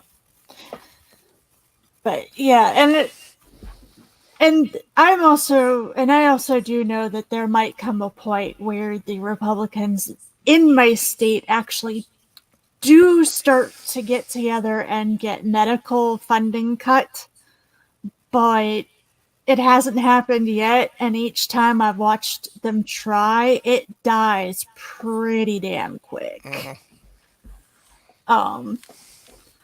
So I know that might change in the future, but the past has been it. I watch it die. Well, there you go, Right. Maya. When a God makes you hate gay people more than you want your grandmother to have health insurance, especially if your grandmother's gay. Mhm. I mean, let's look at it that way. No, but it's totally amazing the way that shit works. Yeah. And the thing with the religious thing, what thread was I in a couple days ago about the religious and social programs? Somebody was amazed that the hyper religious did not like the social programs because weren't they up for helping people and everything? No, they're up for helping people as long as it's their way, as long as they can run the show, because that way they can leave off anybody they don't like, like me or like Purple or other people on the fringes there, if you want to put it that way. And that's why one of the reasons why the hyper religious are after the theocracy is to control who gets to live or die. Mhm. Yep. Yeah, and it's terrible bullshit. It really is. Um, let's see. I think my county is the one, and I'll have to double check this. When gay marriage became legal in Florida, I think my county was the one that said, "Okay, you know what? Since we have to sign gay people's marriage certificates, you can't use the county courthouse anymore to get married." And so you Oh, I cannot. remember that. Yeah, it was just basically you can't use the county courthouse. Even though, like 2 years before, I think they spent like $1 million on making like one of the rooms like really pretty so that after you got your courthouse wedding, you could get some pretty pictures and like hang out with the family for a little while. Not really a reception, but like, just like chill. And that room's not used anymore. There's no use for that room because my county refuses to do marriages at the courthouse. You can get your license, but you can't actually get married at the courthouse. You have to go to a different one. In fact, I believe, I can't remember which county it was, but I know it's one of the surrounding counties. One of the surrounding counties said, "Oh, you're not doing courthouse weddings anymore? Well, come to ours." And they actually like lowered the fees a little bit and said, "Hey, for like, about how I think they took it down by like a third, like for Yeah. 2/3 the price of everybody else. You can come over here and do art, if you've and got we'll a do suddenly them." expanded market, somebody's going to take advantage of it. Oh yeah, it was just funny because it was like one of the counties I didn't expect to do that, but it was just like, go for it. Yeah, I'm sure the idea of not being able to get married in the courthouse came with the idea that they wouldn't be able to find a church that would do it. Well, that's There aren't a lot of churches that would do it. But here's the funny thing. We have like 8 national parks here, and they actually have like kitchen hall type spaces, like, for their campers, like summer camps and stuff. And it's actually much cheaper sometimes to go to one of those than it is actually to go to a church. All you have to do is find an officiant. And that's pretty damn simple. I know of at least 3 who would do, if I were to get married, would do mine for free. And their rates really aren't all that bad. Because they're basically, as long as you cover enough for them to like show up and like get a meal and maybe a little bit more, that's about their going rate. There we go. That's not bad. Now that's the question, is there a website or something where you can find just like a secular officiant or whatever the word is?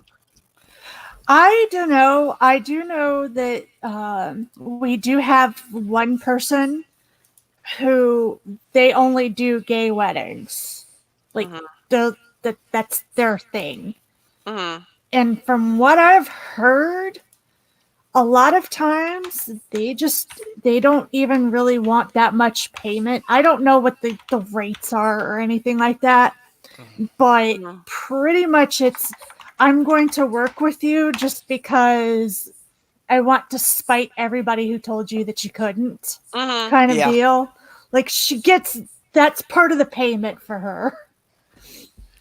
Well, and it is remarkably easy to get yourself ordained.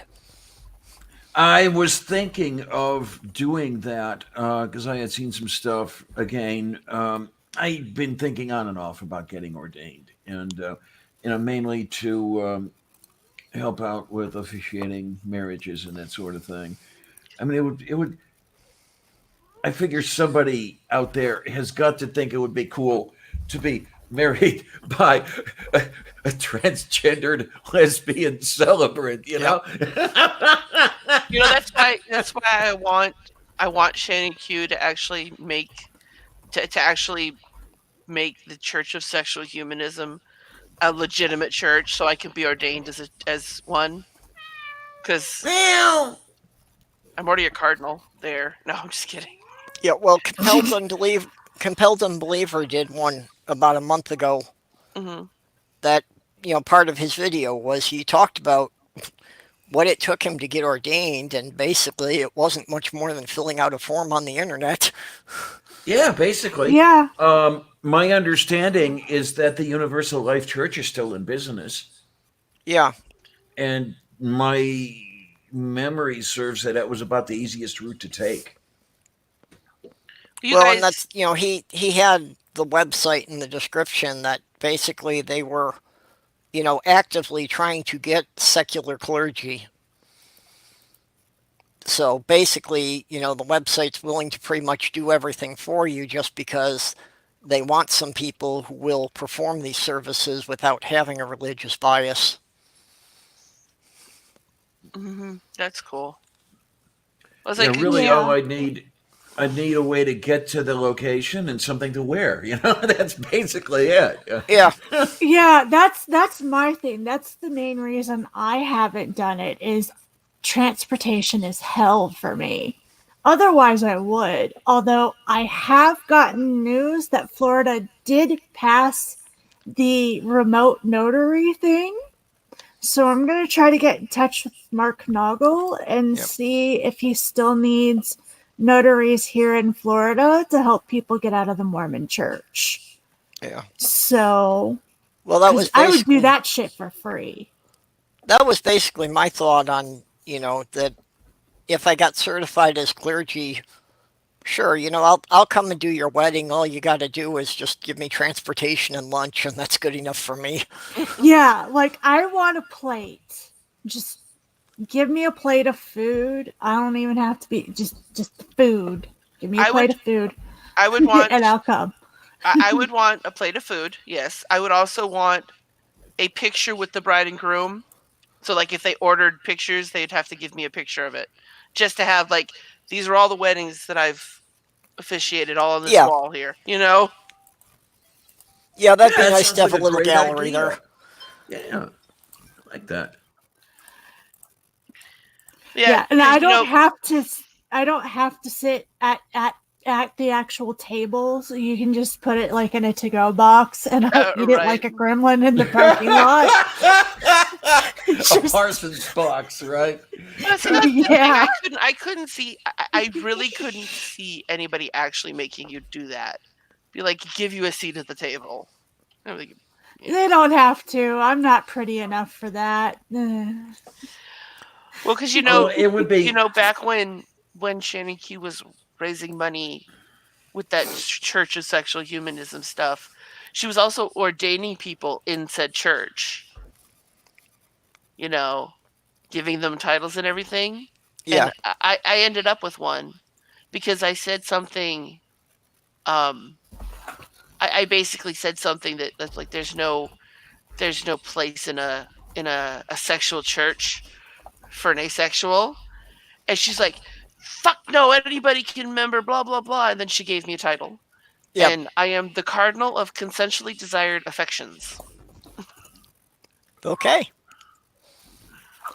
I'm seeing if I can find the tweet. Yeah, I've Sure got I my can title find from her too. I am the High Priest of Random Information. it. Now, is there any chance that any of that stuff could actually be official anywhere? That's what I want it to be. I want her to Well, make it an yeah, official church. at this point it would not be official unless you got it registered, but you could certainly go to any one of quite a few, websites that would print up the official documents for you for a nominal fee. And I mean Yeah, I don't nominal, think it would cost that much. I yeah, don't think it would like cost that much. not more than $20 in most cases. Yeah, so I found the tweet. I said I don't think I can actually be a member of the Sexual Humanist Church. I'm ace. And she's like, the hell you can't. Yep. Yeah, basically, even the fees that the websites charge, it's usually just because there has to be a filing fee with a courthouse somewhere, just to make it official. Yeah, and most fees, people gripe about fees. Most fees for most things really aren't all that high. It's more the annoyance usually of having to get it filed and following up with the assholes who take forever getting the paperwork done. That's the annoying part. Or like Yeah. having to show up somewhere. Well, that was But pretty much yeah. the thing for me too of, getting my name legally changed. It was just paying a court filing fee, and I had to show up in front of a judge who just basically asked, well, are you doing this to try and dodge a debt? And said no. They said, okay, stamp the forms, and it was over. Well, yeah, Oh that's the man. biggest thing is they have to make sure that you're not like trying to escape something, which Yeah. I get it. It's annoying as fuck, but I do know people who actually did try to change their name so that they didn't get caught doing something. Oh, yeah, I'm sure it happens. Um, What's really fun though is back in 16 when I got my name changed, I'd gone through something called the name change project. They supplied me with a attorney at law, pro bono, the whole bit. Um, I hadn't heard anything for a while, so I called the attorney's office and said, "Hey, I haven't heard anything." And I assume that I'm going to be having a court date eventually. And said, yeah, it's tomorrow. And I'm like, what? Somebody had delivered the memo to the wrong person, and I never got notified of Oh, the oh date. no. So yeah, it was. I had to be there the next morning, so I'm running around like crazy trying to find something to wear. Finally, got something put together for that, and um, actually got down there and everything worked out all right. But it was just you have like 8 hours to get ready. Yeah. yeah, Yeah. Doc, I'm not sure if it holds in every state, but if you've actually been ordained, I'm pretty sure it's for life. So, I mean, if it's not something that's like super complicated, I would assume that you don't have to renew.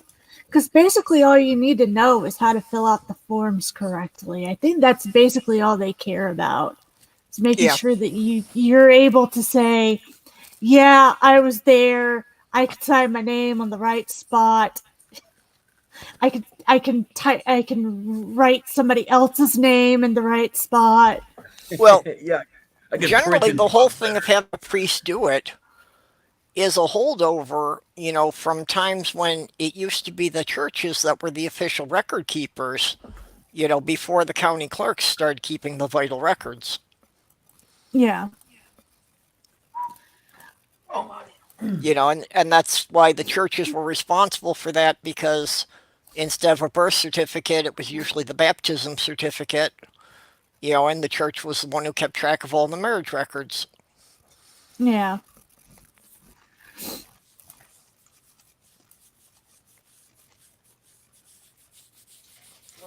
Yeah, each state's gonna have its own crappy rules. In most cases, though, just like a marriage license, in most cases, if you're ordained, it's probably good in every state, except maybe Utah. Well, Utah is. Sorry, I don't have any information about that. That was just a random dig. I'm not sure if you're right or wrong, but this is how I feel Yeah. about Utah. I think what is it? The 14th Amendment covers that stuff. There's the Equal Protection Amendment. I don't think it's the 14th. I'm not sure which one it is I about cannot the remember my reciprocation amendment. clauses. I is going to find if I can to see where is it. What sucks about Utah right now is that Utah's people are actually becoming really progressive, but it's the Mormon church still has a stranglehold on the whole thing, and it just bites. That's what I've been getting from watching the Utah Outcast. Yeah, because That the like people in general are becoming more progressive, but it's still hard for anyone to get elective if the Mormon church doesn't back them. well, it's because who has the money for the advertisements? Right. And there is something really unfortunate that the money drives everything. You can't get your Mm-hmm. name out there unless you can pay for it. Um, You, that whole thing, and this is why I'd really like to see money out of politics. Of course, I'm not going to see it in my lifetime. I know that, but yeah, there were mentions of equal protection in both the Fifth and 14th Amendments. It seems.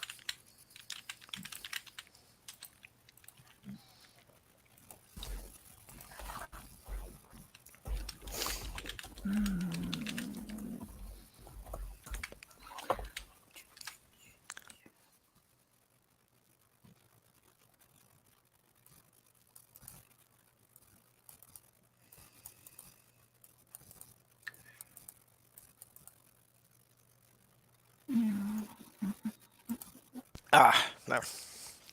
Desde Bertranda. Yeah. Well, back when I was pagan, I was thinking I should do it because I was a solitary eclectic. So I just came to the logical deduction that since I was the only one practicing my faith, by default I had to be the high priest. Well, there you go. And well, wait, it's not so much that Iowa legalized gay marriage, Doc. It's when the Supreme Court ruled on it, it basically got dropped on everybody. And a lot of people got mad about that. Oh, yeah. Yeah, some Um, states were quite upset that they felt it was forced upon them, that they had to recognize it. Recognize what? Sorry, I was away. Gay Gay marriage, marriage. Marriage Oh, I equality. touch it. that it has to be recognized in all 50 states now.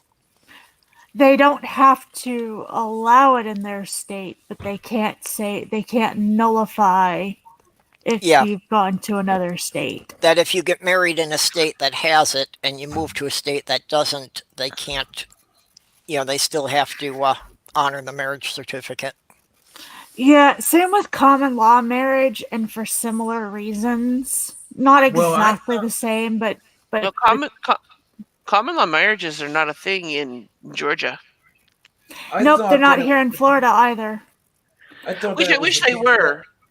I wish that I thought that it was the case that common law marriages are becoming less of a thing everywhere. Yeah, more and more I mean, states are Maine, dropping common law there's marriages off the books. Which in some ways kind of bites. Mm-hmm. Yeah, that Minnesota used to have common law marriages, and I don't think they have them anymore. well, that Like was my one of boy. those things with you two are living in sin, so we are going to arrange the legislation such that we're going to force not living in sin upon you. Well, okay, here's the other side of that coin is somebody like me would probably like for a common law marriage to be a thing because I don't necessarily want to have to go through um, anything that I would have to get a divorce per se if things went wrong. No, Mm-hmm. But no, if I had no. somebody who I'd been living with for like 10 years and they were my partner, I would want them to be able to keep our house, for my family to not say, no, you can't show up, for them to argue over who gets my belongings. No, when you are married under common law, you are married. You are then required to divorce if you don't want that marriage in effect anymore. Hmm. Okay, then there needs to be something better because there needs to be legal protections for partners who are not married. Mm-hmm. And it's I'm with Yeah. you. very I'm with obvious you. that they are partners. Yeah, well, there are, but it's so complicated that you need a lawyer to draw up the paperwork, and it's And largely it drawn up. shouldn't be that way. Yeah, it largely winds up being drawn up as being the same as a business partnership. Yeah, my work recognizes domestic partners. Like my boyfriend and I have been together for 8 years, and when it comes to things that they basically treat him like my spouse in everything but insurance. I can like when my mother passed away, he was allowed to take bereavement even though she's Yep. not his family technically. Yeah. Well, Yeah. and see, Well. like I said, I don't see myself ever getting. The only reason I would get married is for that protection. Is so that my family can't look at them and be like, "Oh, they're not really dating." Like I don't think my dad would ever do that to me, but I do know other family members who, if they had their say in it, closest of kin after him, they would be like, oh, well, they're not really partners. They're not really dating because she's ace and 99% chance the other person in the partnership would be ace too. So they'd Yep. be like, it's not a sexual relationship, so therefore it's not actually a relationship. Well, I mean, couldn't you just do a prenup agreement, and that would cover a divorce? From what I understand, I don't know. I mean, to some degree, yes, but you can't get a divorce unless the other person agrees to it. Can't you put something like that in the prenup that you agree to marry, and that if either party wishes to end the marriage, the other party cannot um what's the word? Contest that? Like you've agreed to that before you're even married. That if one of the other wants to end the marriage, the other cannot contest it. And then if the other person contests it, then you have to get lawyers involved. Mm, Yeah. Like, I'm not saying that you couldn't do that. I'm not sure because I don't know much about prenups, same, but then you same. wind up getting lawyers involved. Yeah. And actually, even if you're getting a divorce, if the two people, can work together and be agreeable to things, a divorce isn't that complicated. Not And really, for like no. $100, you can have a lawyer Yeah. work Oh, up the no. papers if everybody signs it and you're done. When both the people are on board about getting out, it is not all that hard. It's Yeah. when one wants out and the other one doesn't that you wind up having issues. Yeah. Then it And gets real messy. that's the thing is like I don't see anything about this whole thing that isn't some form of messy, and I hate that. Hmm. Well, Well, I'm I personally in favor of having when marriage licenses expire Yep. unless renewed. I've been advocating for that pretty much all my life, that I think you should get married on a 3 to 5 year contract with options to renew. I knew a couple who handled their marriage that way. Um, After every, I don't know what period it was, but it was somewhere in a 3 to 5 year range, they would sit down and talk it out and say, okay, how's it gone? How's it looking to be going? Shall we continue for another period? Yeah. And I just stay honestly think together. that would bring the divorce rate down because, I think people might work a little more on their relationships if they realize that, oh, damn, next year, if they're not happy about this, they can just walk away. Hmm. Mm-hmm. Now, as So far as I marriage think is it would get concerned, people to put a little bit more effort into it. Or give people the ability to walk away if they need to, because sometimes walking away is not easy when you really need to be running. Yeah. Because there seems to be this thing about once you get that piece of paper, it's even if like the paperwork itself isn't all that complicated, there's something about having that piece of paper where people are like, well, we made the wedding vows and we went through Yeah. all of that sunk cost fallacy, and then they're like staying stuck in a marriage where they're absolutely miserable. And it's just like you should be running. If you are not happy, like you're not going to be happy when all the time. But if Yeah. you are absolutely so miserable that you're living a shell of a life, get out. Yeah, but unfortunately, there's a kind of social indoctrination that, especially women are often brought up. Mm-hmm. It's less now than it used to be, but, just brought up with the idea that getting married is pretty much the culmination of everything for them. Yeah, it Well, you're is. And talking to in and in someone who my had that case, fed to her. I was told that the culmination of everything was to be married both in this life and for the next one. Yeah. So we got it double hard. It was just like, you're not just marrying till death do you part. You're choosing a partner that you want to spend an afterlife with. Yep. And it's very hard to describe how much pressure that actually feels like. Mm. You know, this might sound stupid, but I don't think I would have such a big. Eh, never mind. I don't know. Well, happily, in a way, there is zero chance I will ever be married again. I can't afford it. I will lose a significant portion of my benefits if I marry. Hmm.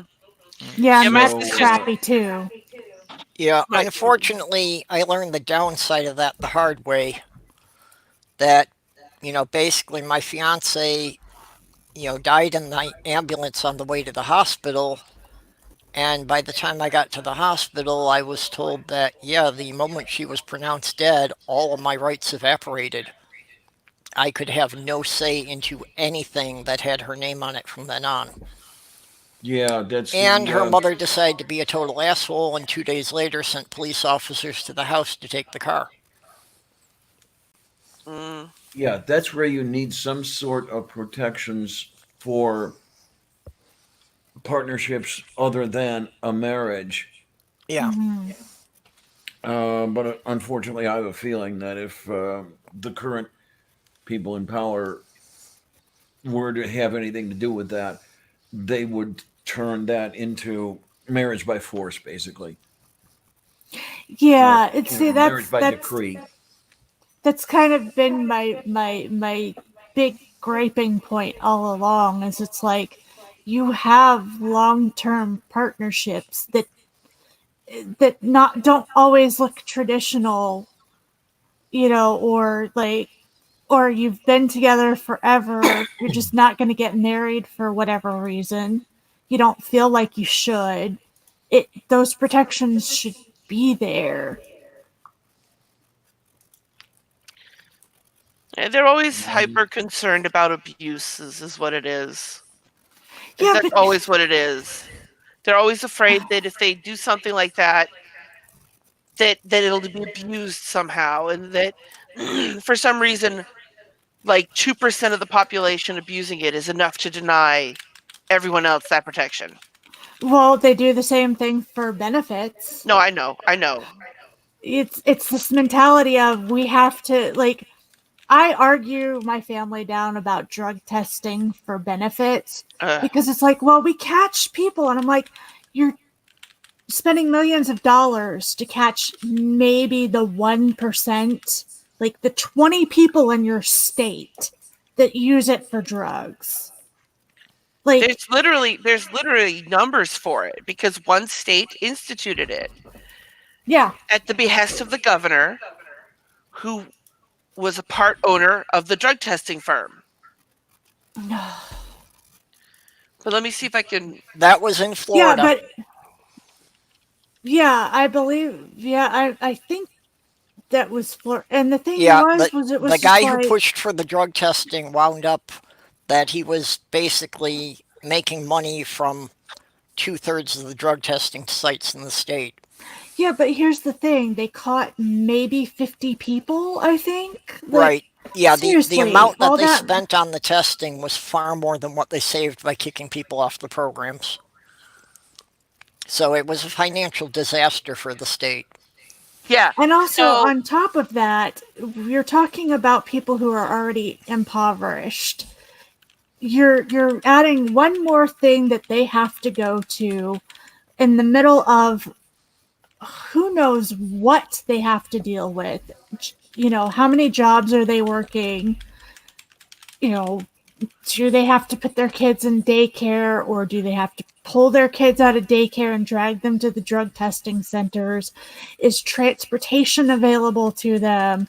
Like, there's all kinds of reasons a person could not make it to a drug test. Hmm. And putting up that barrier, it's like, oh, well, those people must have been using drugs because they didn't show up to the drug test. No, there's So all sorts of reasons they couldn't have showed up. 13 states did drug testing. They spent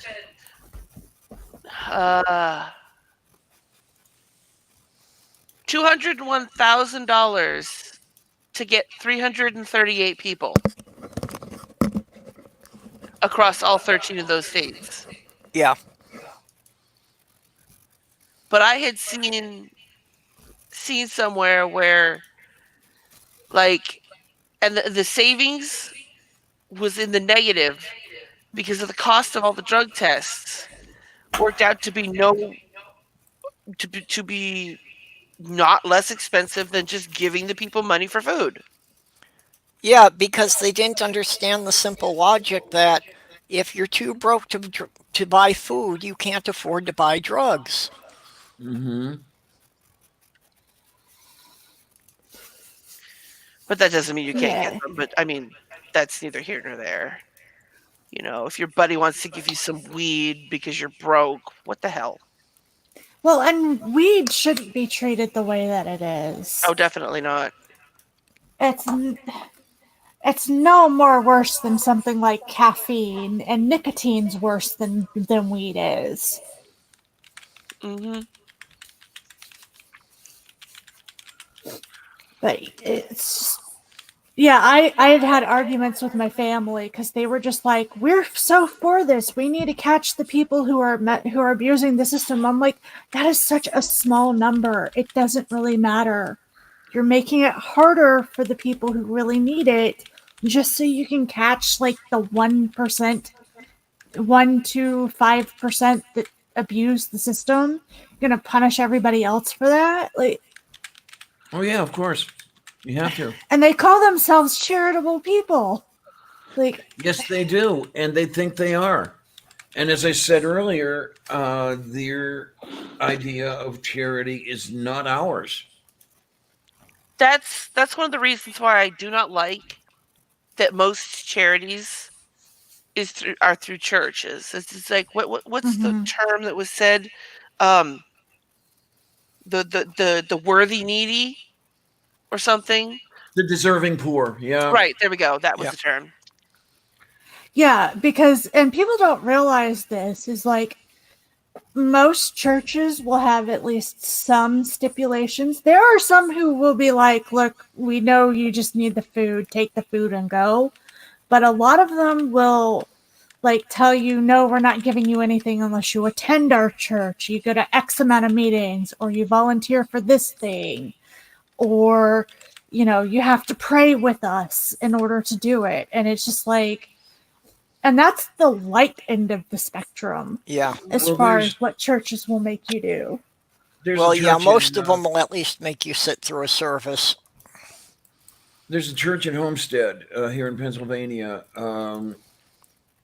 I used to live in that borough that ran, or I guess still does, run a homeless shelter.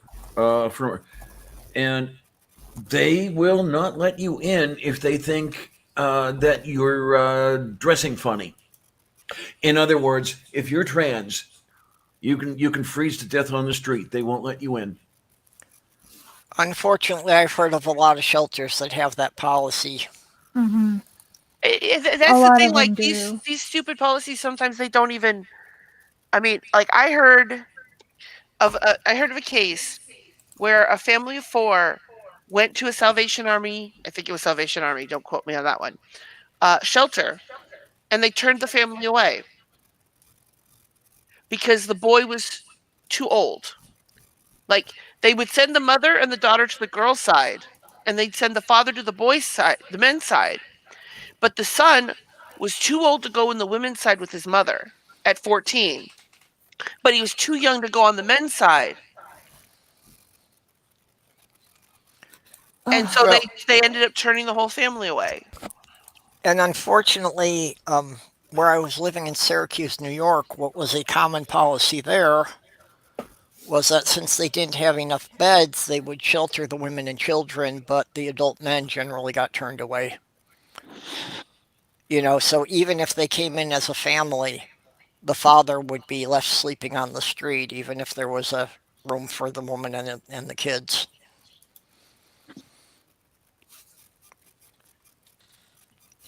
Yeah, I think our policies here are pretty much first come, first serve, and am fairly certain, based on what I know about how our politics work, most likely you have to attend a Sunday service if you are in the chapel, or not chapel, but in the shelters, because most of the funding comes from politicians who have deep connections with the Baptist church downtown. Um, And that's the thing that, if they're getting any kind of tax money funding, they should not be allowed, to have rules like that are based on the religion. no, no, they shouldn't. If it's I completely privately funded by the church, then that's pretty much their own thing and you can't say too much about it.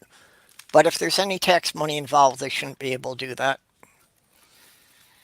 They shouldn't, but unfortunately, I live in Florida. Oh, Well, oh, and, it's true in most states, probably everywhere. icing It's a matter of, yeah, I know what should be, but it's not what happens. Mm-hmm. icing on the fucked up case. I found the thing. So they have a policy that prohibits boys aged 16, 12 to 16 from staying in the shelter. Um, but they ended up letting them stay at the shelter for a couple nights, but not because of any change of heart. Uh, Lejeune says their 15-year-old son is now receiving mental help at an area hospital. He ended up having a breakdown and ending up at Woodridge, and felt it was his fault that they were homeless and they couldn't go anywhere because of him. So they wouldn't let him in the shelter because of the 15-year-old, caused him to have a mental breakdown and blame himself for his family situation. Yeah.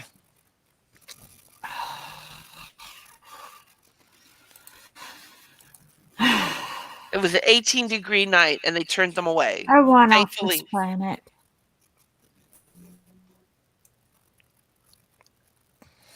I put a link to the article Yeah, I see in that on the chat. Friendly Atheist blog. Mm-hmm. Yeah. Well, I remember what it was like trying to get help. Now, granted, there was a lot of background. My mom had pretty much pissed off a lot of people up at church because she was not a quiet woman like she was supposed to be. She Hmm. was labeled as contentious, which is which is not like a huge sin, but it is definitely a sin to the church. Um, and the church I grew up in pretty much teaches prosperity gospel. So when we asked for help, we were told a whole shitload of hoops that we had to go through in order to get help. Yeah. Um, Even though my Well, dad was working 4 jobs at the time, I'm just and fortunate that like, my mother was not all that staunchly religious. Because I got kicked out of the Catholic Church as a child for asking too many questions.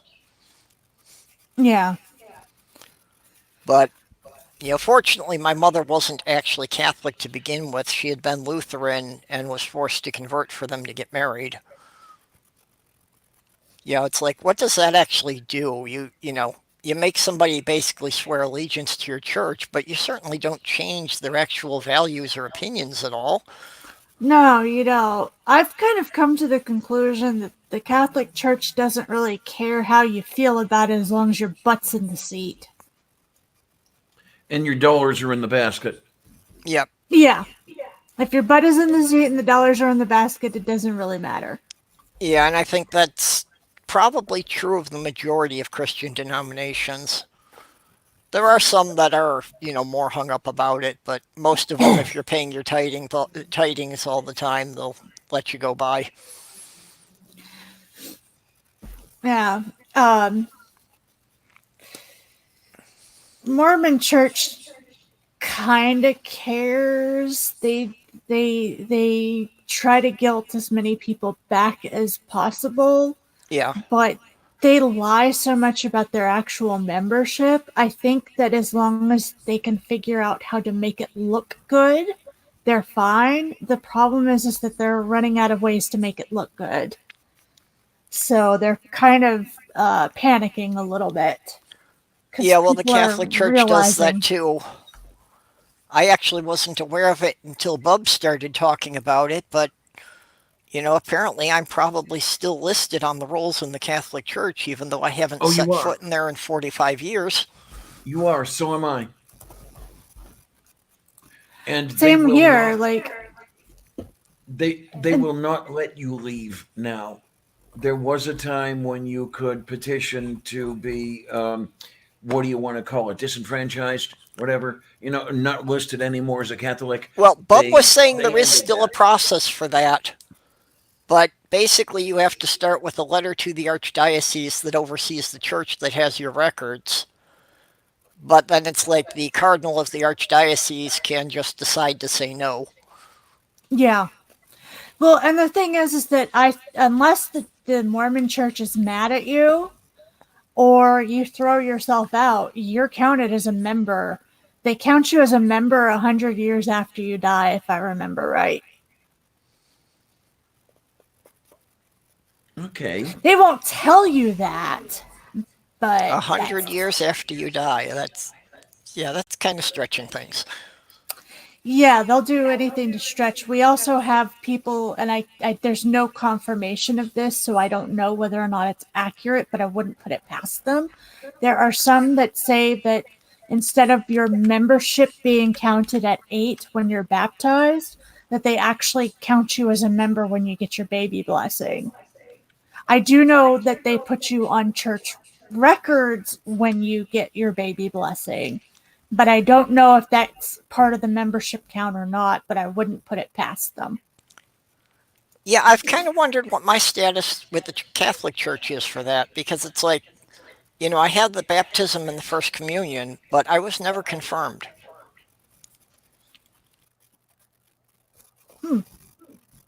Because I was out of there before I was a teenager, and normally they did the confirmation when people were 14.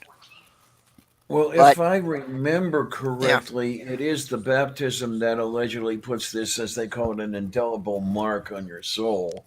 well, that's what I Um, pretty much what I'm understanding is that their count is by the baptism certificates. hmm Well, and I'm kind of sad because I'm noticing that Quit Mormon is still running, but they don't update their numbers of people leaving anymore. And that's been kind of sad for me because I love seeing I love seeing when people get mad and massively leave the church as a protest. One of the most fun days ever was watching when Sam Young got excommunicated. And normally 50 or so people trickle through every day. 5,000 people resigned from the Mormon Church in a 24-hour period when normally the number is 50. Nice. It is one of the most fun things to watch as an ex-Mormon is people doing mass resignations. Few people are aware, but we had a political movement like that when the election was decided for George W. Bush. Within 3 months, 20,000 people resigned their American citizenship and moved to Canada. oh, yeah.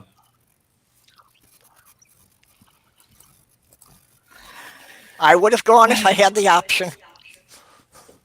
I don't know. I'm beginning to wonder if I could put up with the cold because I'm getting tired of this country. Like, Yeah. it's my home and all, but it's getting bad. I've I lived don't on the think they'd Great Lakes take me, all my though. life. For me, you're talking about just moving another 50 miles further north. It wouldn't make any difference. Yeah, but for me, you're talking about somebody who, from the most part, Yeah. days are like 80, 90 degrees. Yeah, Like, you're that's accustomed to a one hell completely of a different jump. climate. Yeah, like the fact that my house has been 30 degrees this week has nearly killed me. Especially because we started off like, I don't remember when the shift happened, but we started off with like 90 degrees, 90 degrees. Oh, hey, it's now 30 degrees. Welcome to your 60-degree shift change within a 24-hour period. Yeah. The weather down here's been pretty crazy. Yeah. Like, It's currently like 39 degrees where I'm at. I Pretty think it's a little fantastic. bit warmer. Um, but fortunately, I had a friend who I was talking with, and she was like, "Well, why don't you call your landlord, try to get the AC fixed?" And I said, "To get the AC fixed the way that we need it would be too much hassle, and he'd probably raise our rent because he can do that. We're on a month to month." Now he would have to wait till next year to do it, but he would definitely raise the rent. And we Hmm. can't really afford that. So she went to her trailer because her dad is a hoarder, but they're like organized about it. Like they have like 3 like truck trailers, like the 18 wheelers. They have like 3 of them, but somehow like they know where all of them are and they can pull things out. And the next day I had space heaters. So we're good now, but the first couple of days were really bad. It was 30 degrees inside of my house. Oof. Yeah. So, I didn't realize you meant like in the house. Like I thought you no, I'm in general. our AC and heater does not work very well. Mm-hmm. It is not big enough to cover the entire house.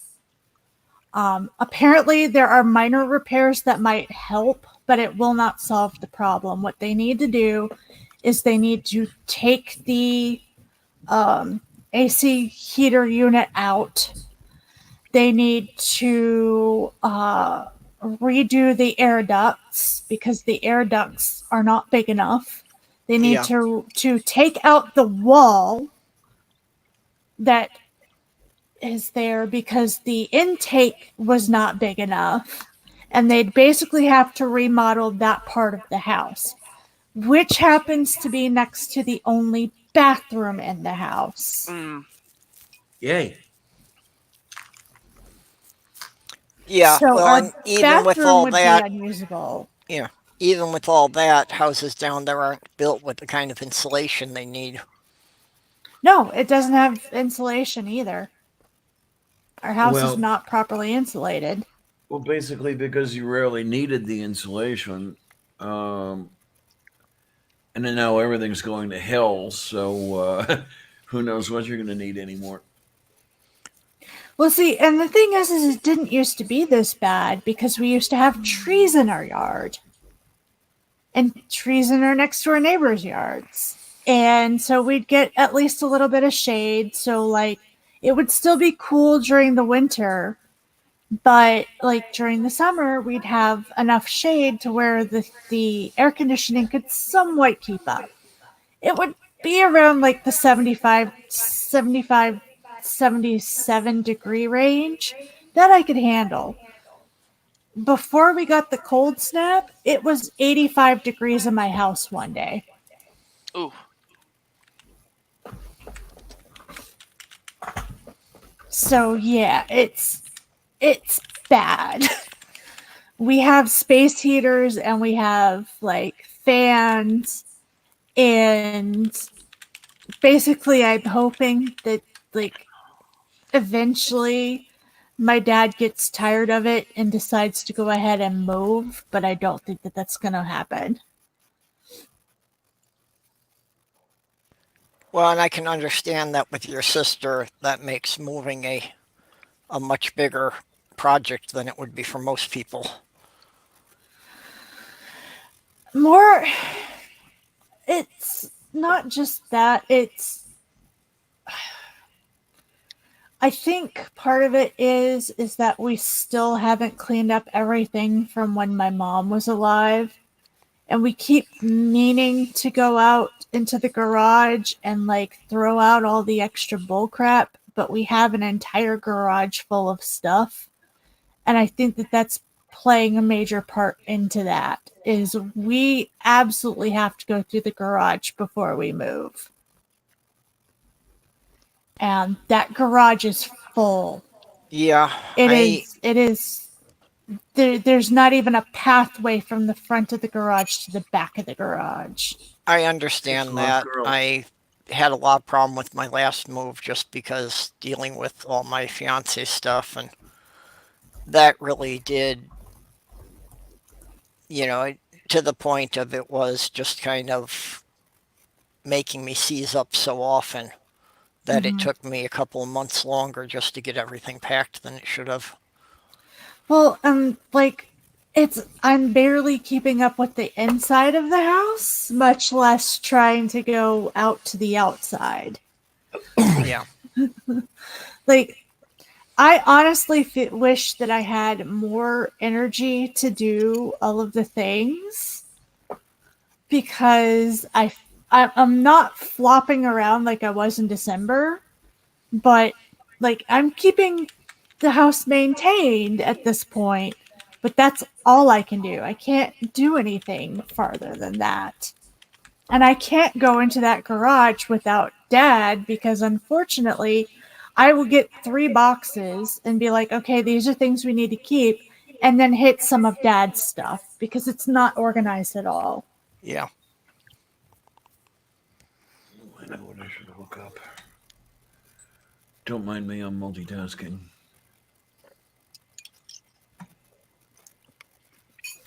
Oh, I don't want to hear about the space heaters melting. I am sleeping with one in my room. Yeah, I've been paranoid. My boyfriend and I bought a space heater. We haven't used it yet. Oh my. Those are Not this so. year. I meant this year. Sorry. Um, but he rags on me because I won't use it in the bedroom, and I won't use it when we're asleep. Yeah. So, like, if like we hook it up on an extension cord from the living room, and we have it in our computer room. And if it gets cold in here, we'll turn it on. But Yep. I'm Oh, not okay, taking it wait. into the bedroom. Okay, so you have the space heater on a extension cord, and it might well be wise of you to not have it on while you sleep. What gauge is the wire in the extension cord? I don't know, but it's pretty thick. I don't know if that's Oh, what you mean by okay. gauge. Yeah. Well, it. How heavy is the wire? I mean, if it's one of Oh, those it's one of the ones bullshit. you would use for power tools. Yeah, I was gonna Oh, say okay. You got you a need little at least a better. power tool cord, but even then, the most common ones they sell are only 16 gauge. Yeah, and that'll still get a little warm. Yeah, that could still heat up if you've got a heater running on it overnight. Yeah, you want 14 or 12, definitely. Well, the reason that we have it on the extension cord is because if we tried to run it in the same room as 3 computers, Yep, you overload the circuits. right? Yep. No, it's not. It's Yep. not that it's not that it's overheating or anything. It's just can't the Yeah. circuit breakers can't handle it. Well, yeah, electric heating is horribly inefficient. Oh, yeah, So, absolutely. the And space heater alone, I'm sure, takes at least 10 amps, and a typical household circuit can only handle 15 amps. hmm Mhm. But no, I mean the reason that I won't run it in the bedroom is because it says keep X distance from flammable materials. Yep. Yeah, I don't because if have. it's pointed at a mattress or a blanket for too many hours, it can actually bring it up to the point of igniting. Hmm. And that's my Depending what the concern. material is made of. Is it setting either the bed on fire or the basket of laundry behind it on fire? Yep. Well, and that's another hazard that these days, you've got so many things that are plastic, like the laundry basket and even so much plastic furniture. Hmm. And that stuff is much more subjective to the heat, than even the fabric would be. So, like, the laundry basket could melt down, and the slag from the laundry basket could be hot enough to start the rug smoldering. Mm-hmm. And then, of course, there's that plastic clothing, anything made of nylon. Oh boy. Yep.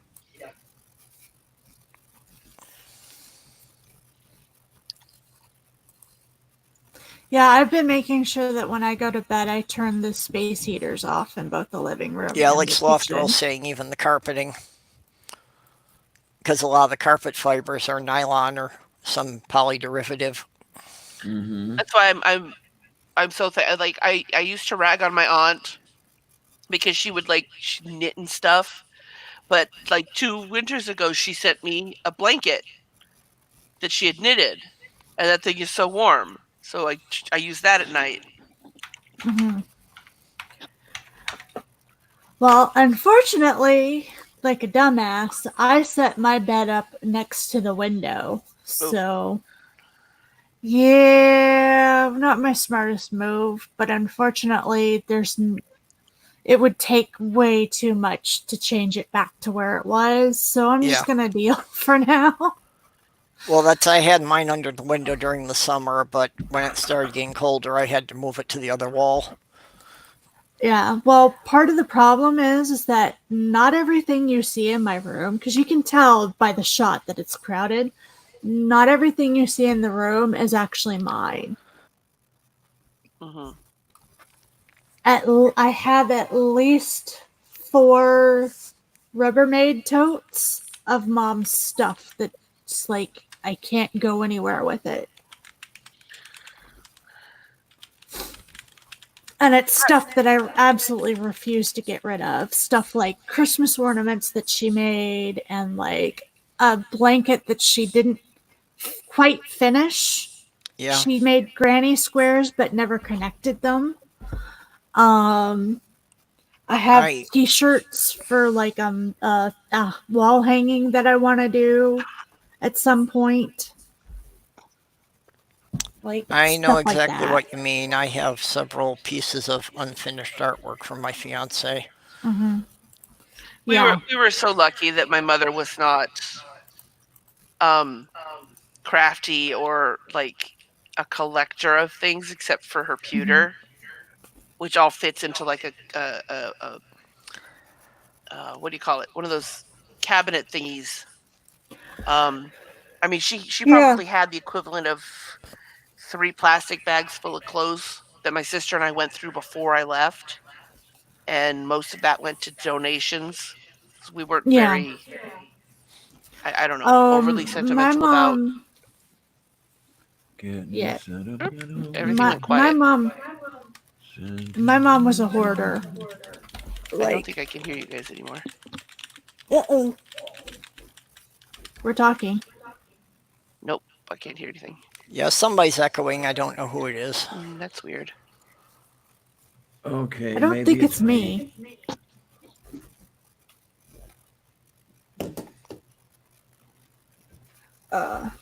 We will see if we can fix that. The thing about the blanket is, if I get up off my ass and actually put it together, I can use it. And then it won't sit in the box. Did the echo just go away there? I think it did. It was the kitty. No, it actually might have been me. Oops. See if it comes What? back. Trying to figure out the echo. Okay, did this help at all? Well, I'm not hearing it now, but I was wondering if it was me also. I wasn't sure. I plugged my headset back in. Ah.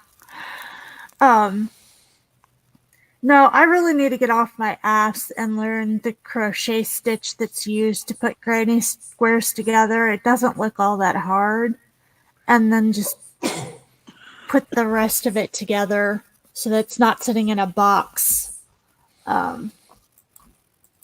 Because that stuff like that is making it hard.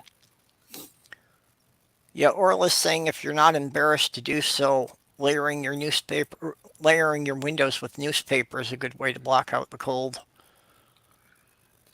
Another thing would Uh, be if you have any extra blankets or towels, rolling them up and laying them against the bottom edge would help.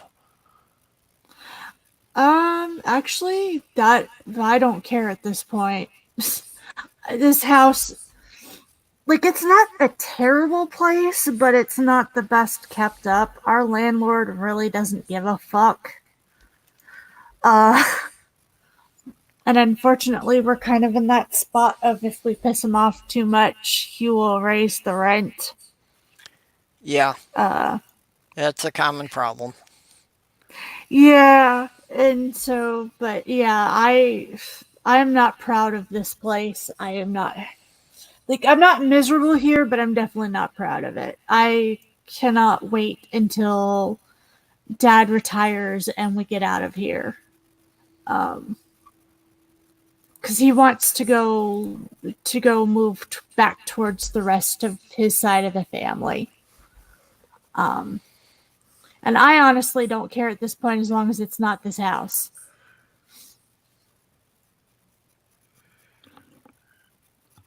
Yeah.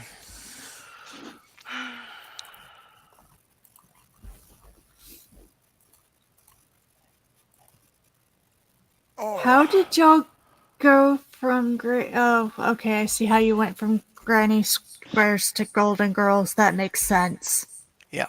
Weirdos. Although I'm sure that if you look it up on YouTube, you could probably find a tutorial on how to, join the granny squares.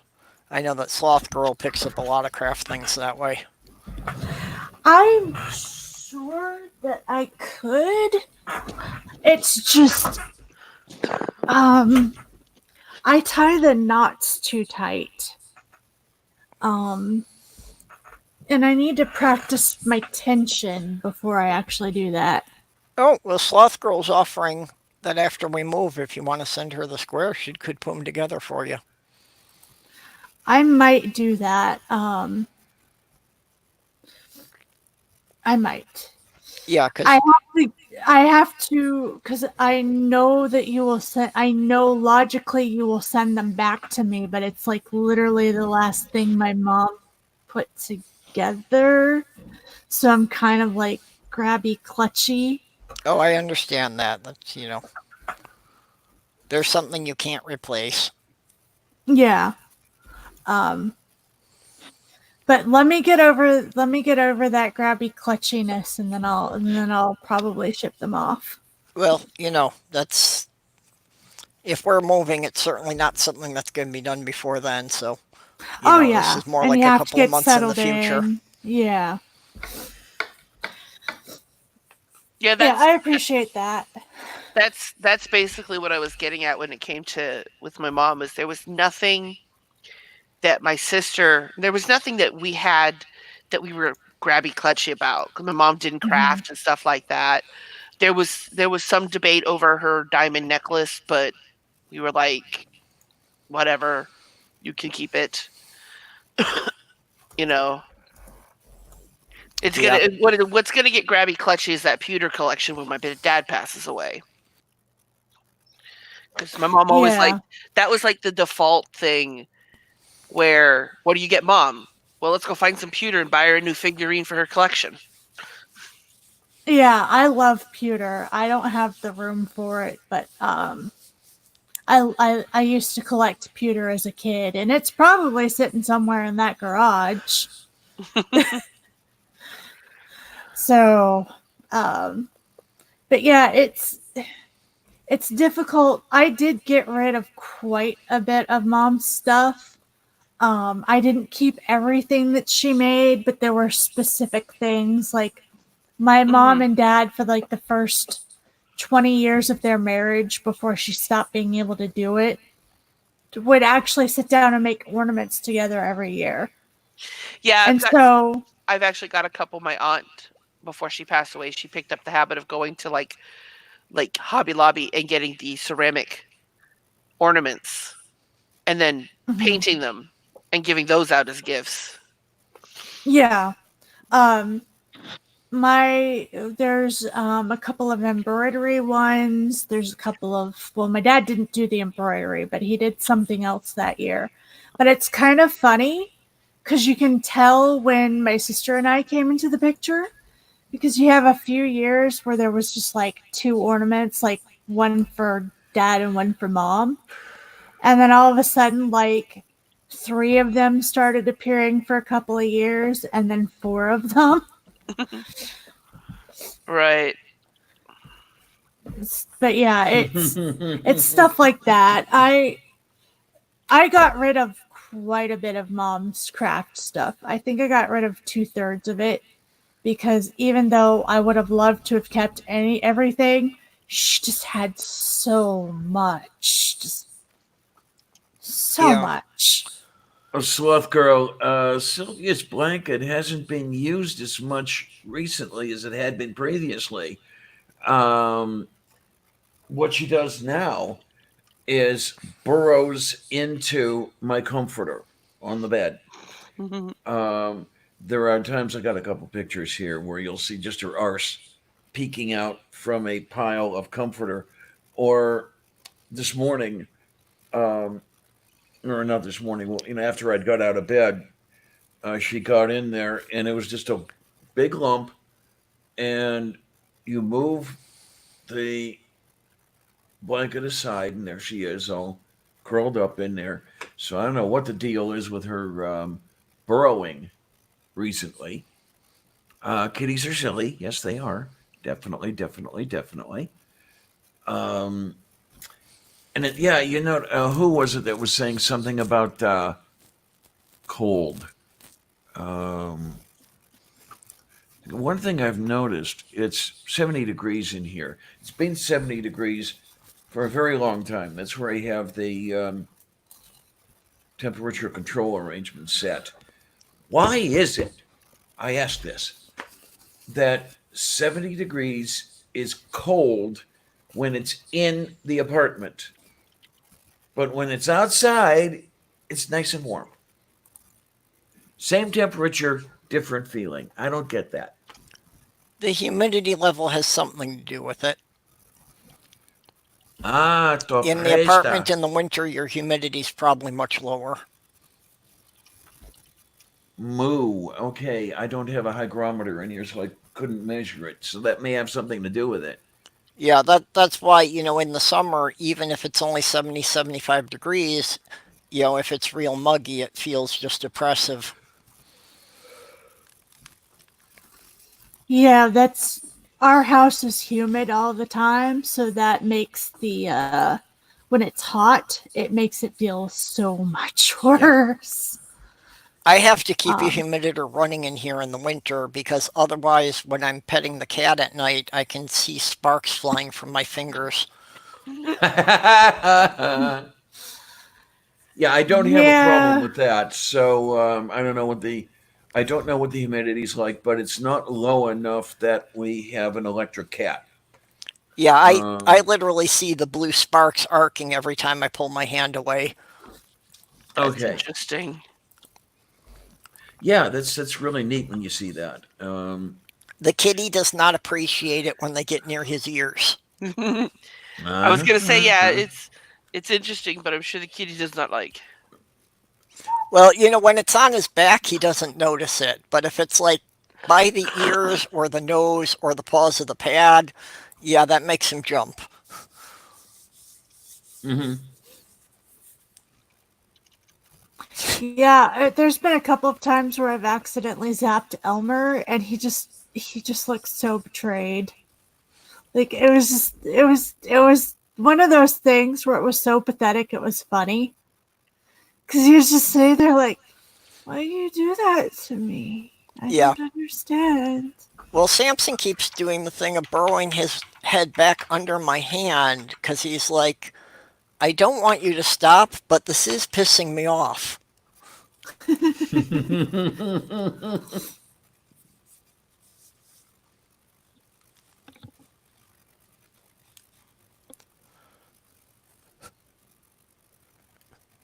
Yeah, well, Sloth Girl and Petunia have a weird relationship. They antagonize each other a lot. Ugh. Of course, that is one cat. She got her from the shelter too. We don't really know anything about her history, but that is a cat that definitely has some type of traumatic mental problems. Mm. I've been watching a vet show from Australia, and you mentioned traumatic cat, and it reminded me of George. It was a cat in the first season. The owner took him in his cat carrier and threw him into the fucking surf Oh, and tried to Oh. drown him. And somebody saw it and saved the cat, and they took the cat to the vet clinic and they saved him. But it was so traumatic for the cat that, like, he was so violent, and you touch him and he would, and just the whole 9 yards. That the vet that saved him ended up taking him home because nobody else would have him. Well, that's like Petunia. A lot of times she'll be that, I'll pet her 3 strokes and she'll bite me, and then she'll start licking the spot she just bit that she's apologizing. And then Mhm. she pushes her head under my hand for me to pet her again, and the whole process repeats a couple of dozen times. So it's bite, lick, lick, lick, pet, pet, pet, bite, lick, lick, lick, pet, pet, pet.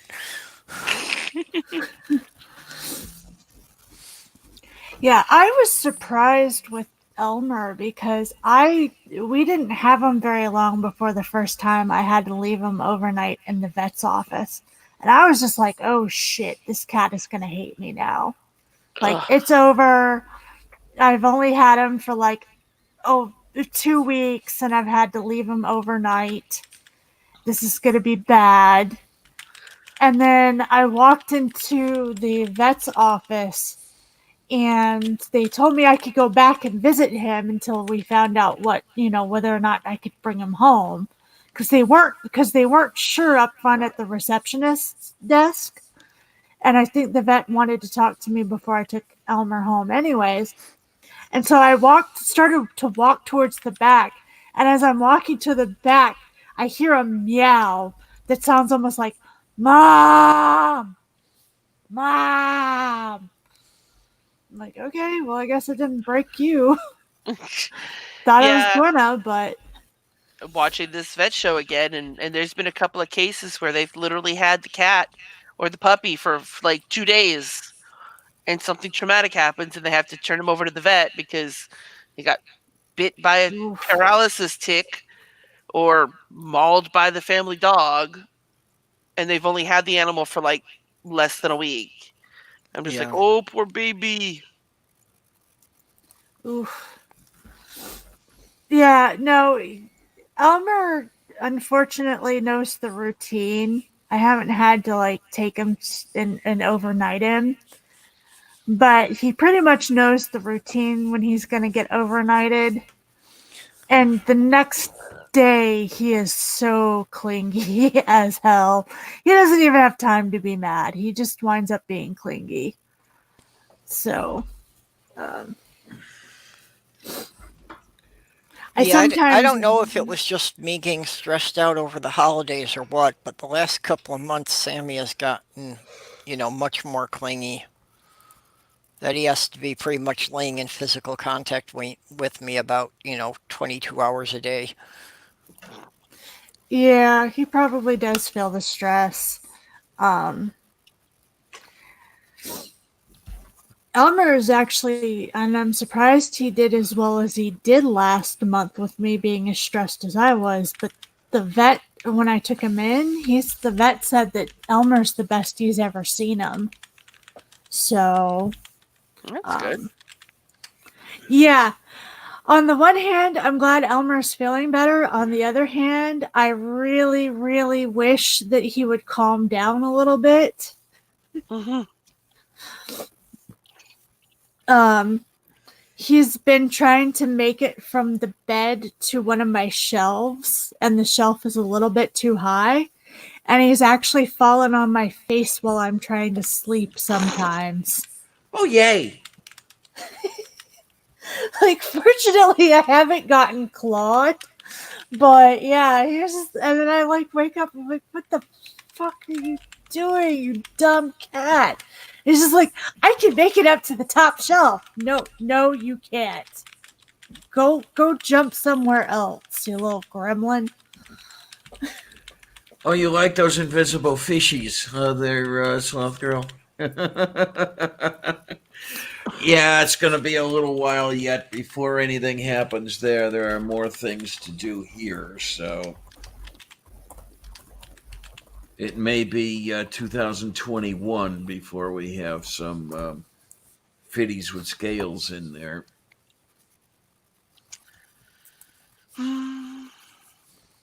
Fishies. Low maintenance fish You know what tank, you could definitely. do? You know what you could do just for kicks? You could get like a printout of like an aquarium and just like tape it to the back. Yeah. Well, there And are. then buy a little bit of fish food and like pretend to put fish flakes in it every day during your streams. No, you know Well, what there I was are. gonna you know what I was gonna say is get the stuff for the bottom and put some plants on the side, but then put a cat bed in the middle and get Sylvia to sleep in the cat bed with She the gets plants into on it. that. She gets into that thing of her own accord. I don't have to entice her. Well, a bed would keep her there. So then you're on stream and oh, nice fish tank, and then they realize there's a cat in it. It's a catfish. It's catfish. There you go. Mm. Oh man, there was one day, quite a few residences ago, where I had a tank that had the water in it, but there was nobody living in it at the time. My DC decided that he was going to get atop the tank. The top was open, so he got his paws around the lip, around the rim, and he's looking and he's looking, and now what do I do? And the paws cave in, and he falls into the water. That was shitloads of fun, man. You never saw a cat move so quickly in all your life. He had afterburners. Um, You know, when she was saying about you sprinkling a little fish food in there, I was already imagining you know, opening your coffee with lavender, with, you know, changing your shoes and your sweater and sprinkling a little fish food in there.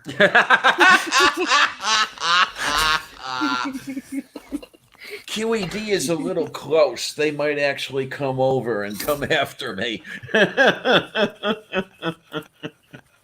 Because, yeah, Rogers filmed not too far from here. Yeah, it just I think they turned his. I think they turned his set into a museum or something. we are coming up with so many ideas for this fish tank that do not involve fish whatsoever. Oh, Sloth Girl's saying she could crochet you some fish to hang in there. Oh, that would be fun, wouldn't it? There you go. That'd be a low maintenance tank.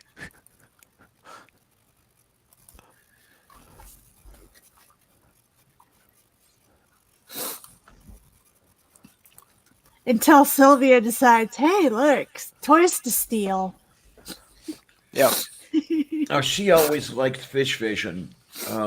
When I had the rig set up at the previous place, had the angels and the tetras in there, and she'd be trying to grab them, or she'd be watching them and then trying to grab them, and it was always a whole bunch of fun. I'm reminded of a Far Side cartoon that's got a tank of piranhas and a cat sitting next to it with two wooden legs.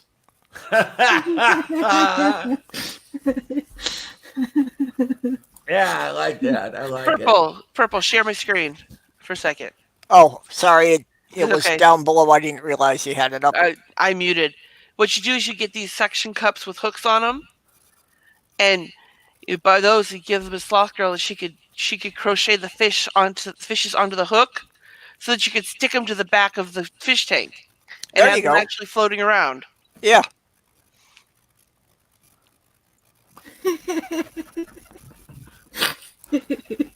Well, once I do get around to messing around with that thing, it's going to take a while to set up anyway, so it'll be interesting to see how it goes.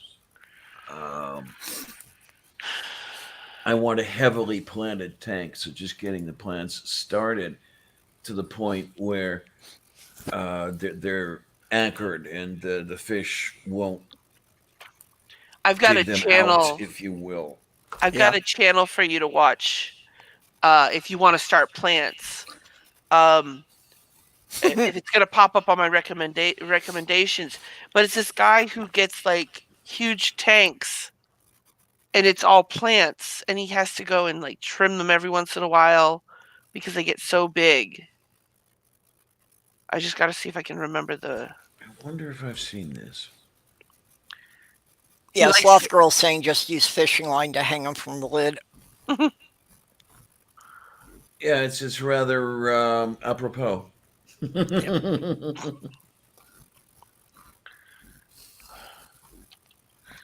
Let me see. Maybe if I just search for tank. Oh yeah, there we go. Yep. It's called Terrariums. it's called Foo the Flower Horn. Wait, Foo the Yeah. flower horn. Yeah. Okay, let me look it up. Just wonder if I've seen Did it. you have another screen you wanted to share? Yeah, give me a second. Let me show you. Okay, came right up. I like flower horn fish. Huh. Oh, yeah. I've seen these. But yeah, they're all like no CO2, no filter, no CO2, no fertilizers, and it he tracks it, and he has to go in there and clear them out every once in a while. Let me see. Here's a small one. No Chrome tab. There we go. I'd buy a bag of fish sticks and Hmm? I'd buy a bag of fish sticks and spray them with polyurethane sealer so they won't mold and hang them in there. Purple. Purple. Share my screen for a second. It's a I love how our ideas are There it also goes. getting more and more ridiculous as this conversation goes on. it would just say he only puts the one fish in there, but Yeah, better.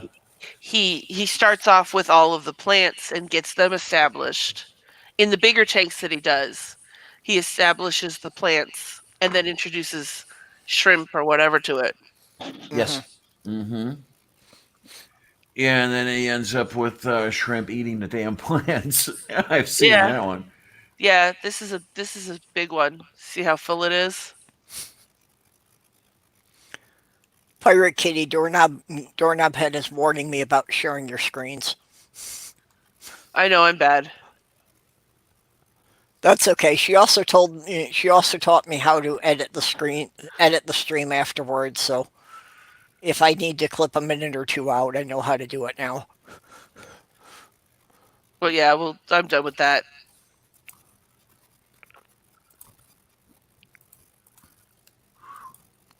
Yeah, fish tanks can be pretty hard to maintain. They can be a lot of work. Yeah. Oh, yeah. I'm Even freshwater tanks. Yeah, I might go, when I was younger, I used to have terrariums with a couple of chameleons in them. That doesn't take as much work. Karma chameleons? I keep telling my boyfriend I want to set up one of his tanks as, more like a terrarium and less like a fish tank, where there's a section that's water and then there's a section that's land, and then put some tiny fish in there with other animals. But he didn't like that idea usually. Actually, as a kid, I used to keep turtles a lot. Okay, yeah. I don't see as much about turtles as I used to when I was a kid. Yeah, they were a very popular pet when I was. Yeah, no, actually, they wound up, being outlawed from pet shops in most states. That Yeah, the most common because ones were the red-eared sliders, and it actually got to a yeah, point that they were becoming a risk in some areas. Invasive species. Yeah. Yeah, I just found yeah, a out lot yeah, of that it had to do with people dumping them out in the wild. I was mhm. so sad to Because find out I people that breed. garter snakes are actually illegal to be had as pets where I'm at. And that's what I really wanted was some garter snakes. yeah, my best friend's dad, he has red sliders. Um but basically um I don't know if he can replace any of them anymore because I don't know if it's illegal to gain anymore, but it's not illegal for him to keep the ones that he already has. But he's been taking care of turtles for forever.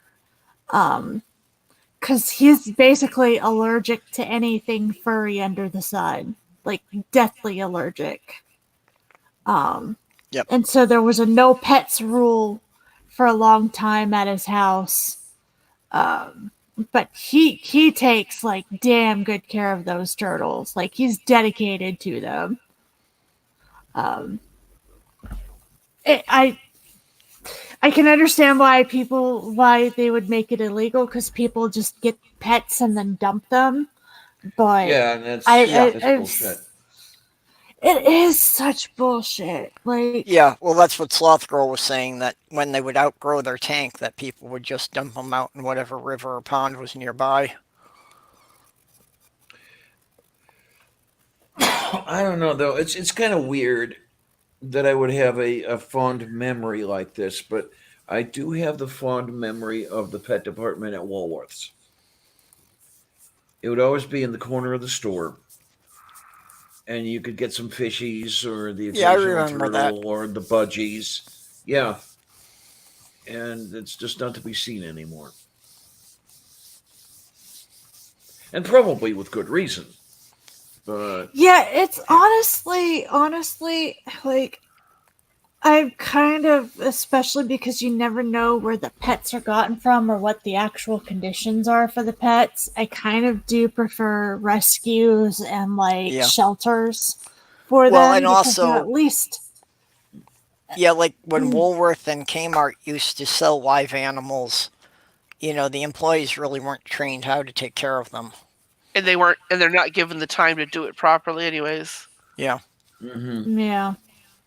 but I remember I could go to Woolworths and stock a 20-gallon tank with tiger barbs and neon tetras, very easily, and yeah, that's in the past, and it's recent that I was Yeah. able to do this. In the early '90s, I did it when I set up the first tank that I had at the three-quarter house where I was living, and I think I had a 10-gallon tank there or something like that. And There's another link down there for you, Diana. It's called Sherpa Designs, and they do aquariums in strange packages. Like he just did one in a mason jar, tilted sideways and down. It looks interesting. okay, is my today to looking to making onto there is yet for to win. Wait a minute, did I see this one? Okay, is this totally self-contained? I mean, he seals it up and everything. Yeah, but he opens it to trim the plants. But still. Guys, it's 4 in the morning. I'm gonna dip out. To Yeah, se actually, I per was going colagra. to say that, yeah, we've been running about 3 hours here, so probably about time to shut down. Yeah, and I want to go cuddle with my kidder and try Okay. to get some sleep because I gotta be a daytime person for a while. Okay, Yay, well, I Tria, hate Pirate daytime. Kitty, either of you have anything you want to plug? I've got a oh shit. It's actually quickly approaching. I've got an interview with Neil, the 604 atheist, on the 19th, I think, at 4 p.m., but I don't know what time zone that is.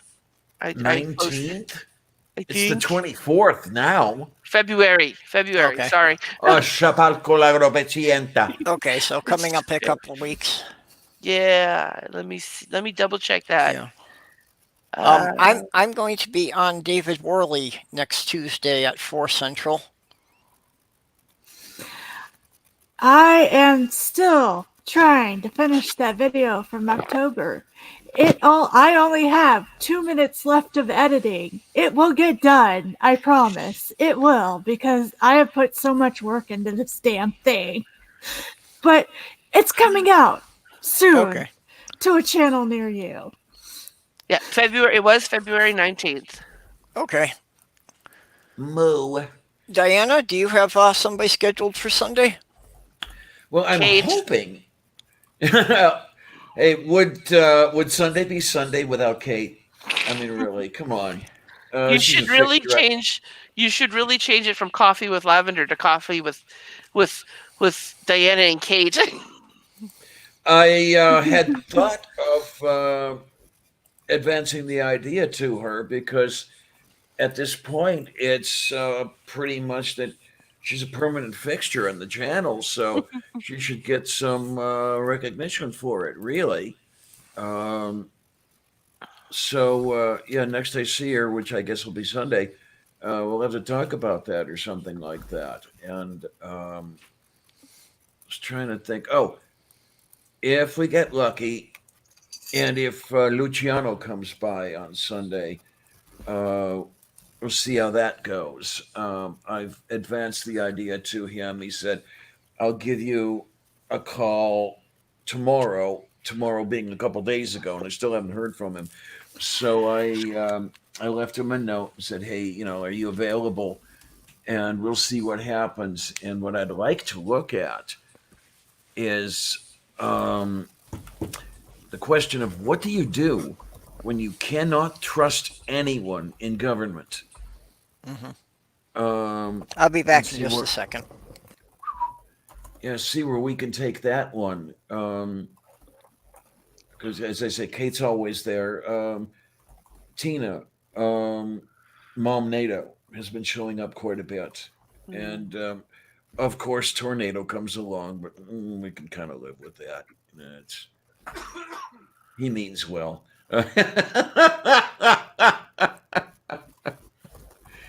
And yeah, we'll just see how it all goes. And I hope Luciano can come by because he's really great when it comes to the politically oriented stuff and government Oh, yeah. oriented stuff. I love him Yeah, dearly. I he, call him he a claims that he's not as smart as he comes off, and that's complete bullshit.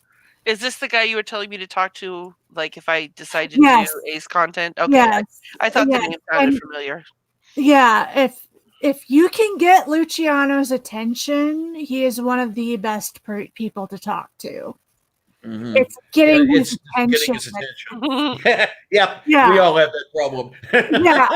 Like, I'm close to Luciano, and like sometimes I'm like, and he'll apologize. He'll be like, I haven't talked to you forever. I'm like, dude, seriously, like, you told me up front that this was something that happened. It's not a biggie. Don't care. If I really, really, really need to talk to you, I'll tell you it's an emergency, okay? But yeah, it's difficult to get him sometimes. Yeah.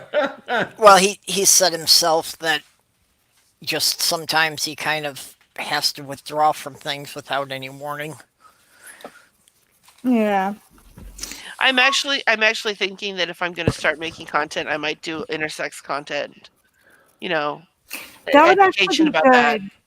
Because, like, I try to, like, understand intersex issues, but the only thing you can find really when you go to Google, and it's a big issue, but the only thing I seem to be able to find is the stuff about surgeries without permission. And I know there's got to be more to it than that. Well, that's the big hot button thing because of the consent issue. Yeah. Oh, yeah. But It's not a small thing. It's just I know that there has to be more than just the hot button issue. Okay, well, before we take off on a new topic here, I think we yeah. need to end the stream. Yeah. So, appreciate all of you coming. Yeah, Bye-bye. thank everybody for coming along and all kinds of good stuff like that. Oh, well, thank you, Doorknob Head. Really, I'm really comfortable with Kate as a right hand, if you will. It's just great to work with. And to left I love hand. her dearly. Well, I think you guys already know, but Oh, yes, and one other thing I need to mention is that I was saying when I got to 288 subscribers, I was going to do my two gross, ask me anything. And I'm now at 291. So I think I'll be doing that this coming Wednesday at 4 p.m. okay. And, still looking for more questions. So anybody who's got anything they'd like to ask me, if you drop me a DM on Twitter. Anything you'd like to know about me, my interests, my history. I'm pretty open about everything. And for the people who weren't here to catch it in the beginning, if this move goes through, then the first broadcast that I do from Minnesota in March, I will do a face reveal. I can't do it as long as I'm living in this little town. Yeah, you got me good, Doorknob Head. I read that at the last second there. And yeah, we need you moved, Perp.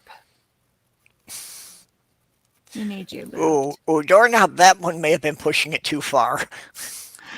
That was what I was face palming and laughing over. Okay. Okay, well, thank you all. We'll see you all later. Night. Take care, kids. Oh, and Bye-bye. one more time, I think I need to put this up as I close. Put what up? That I need to thank my patrons. Yay! Oh. Yay! I actually have somebody who's sending me money from my YouTube channel. I can't believe it myself. Yay! I know that feeling. So, yep. So I'm leaving that up as I close the broadcast. Good night, all. Night. Night.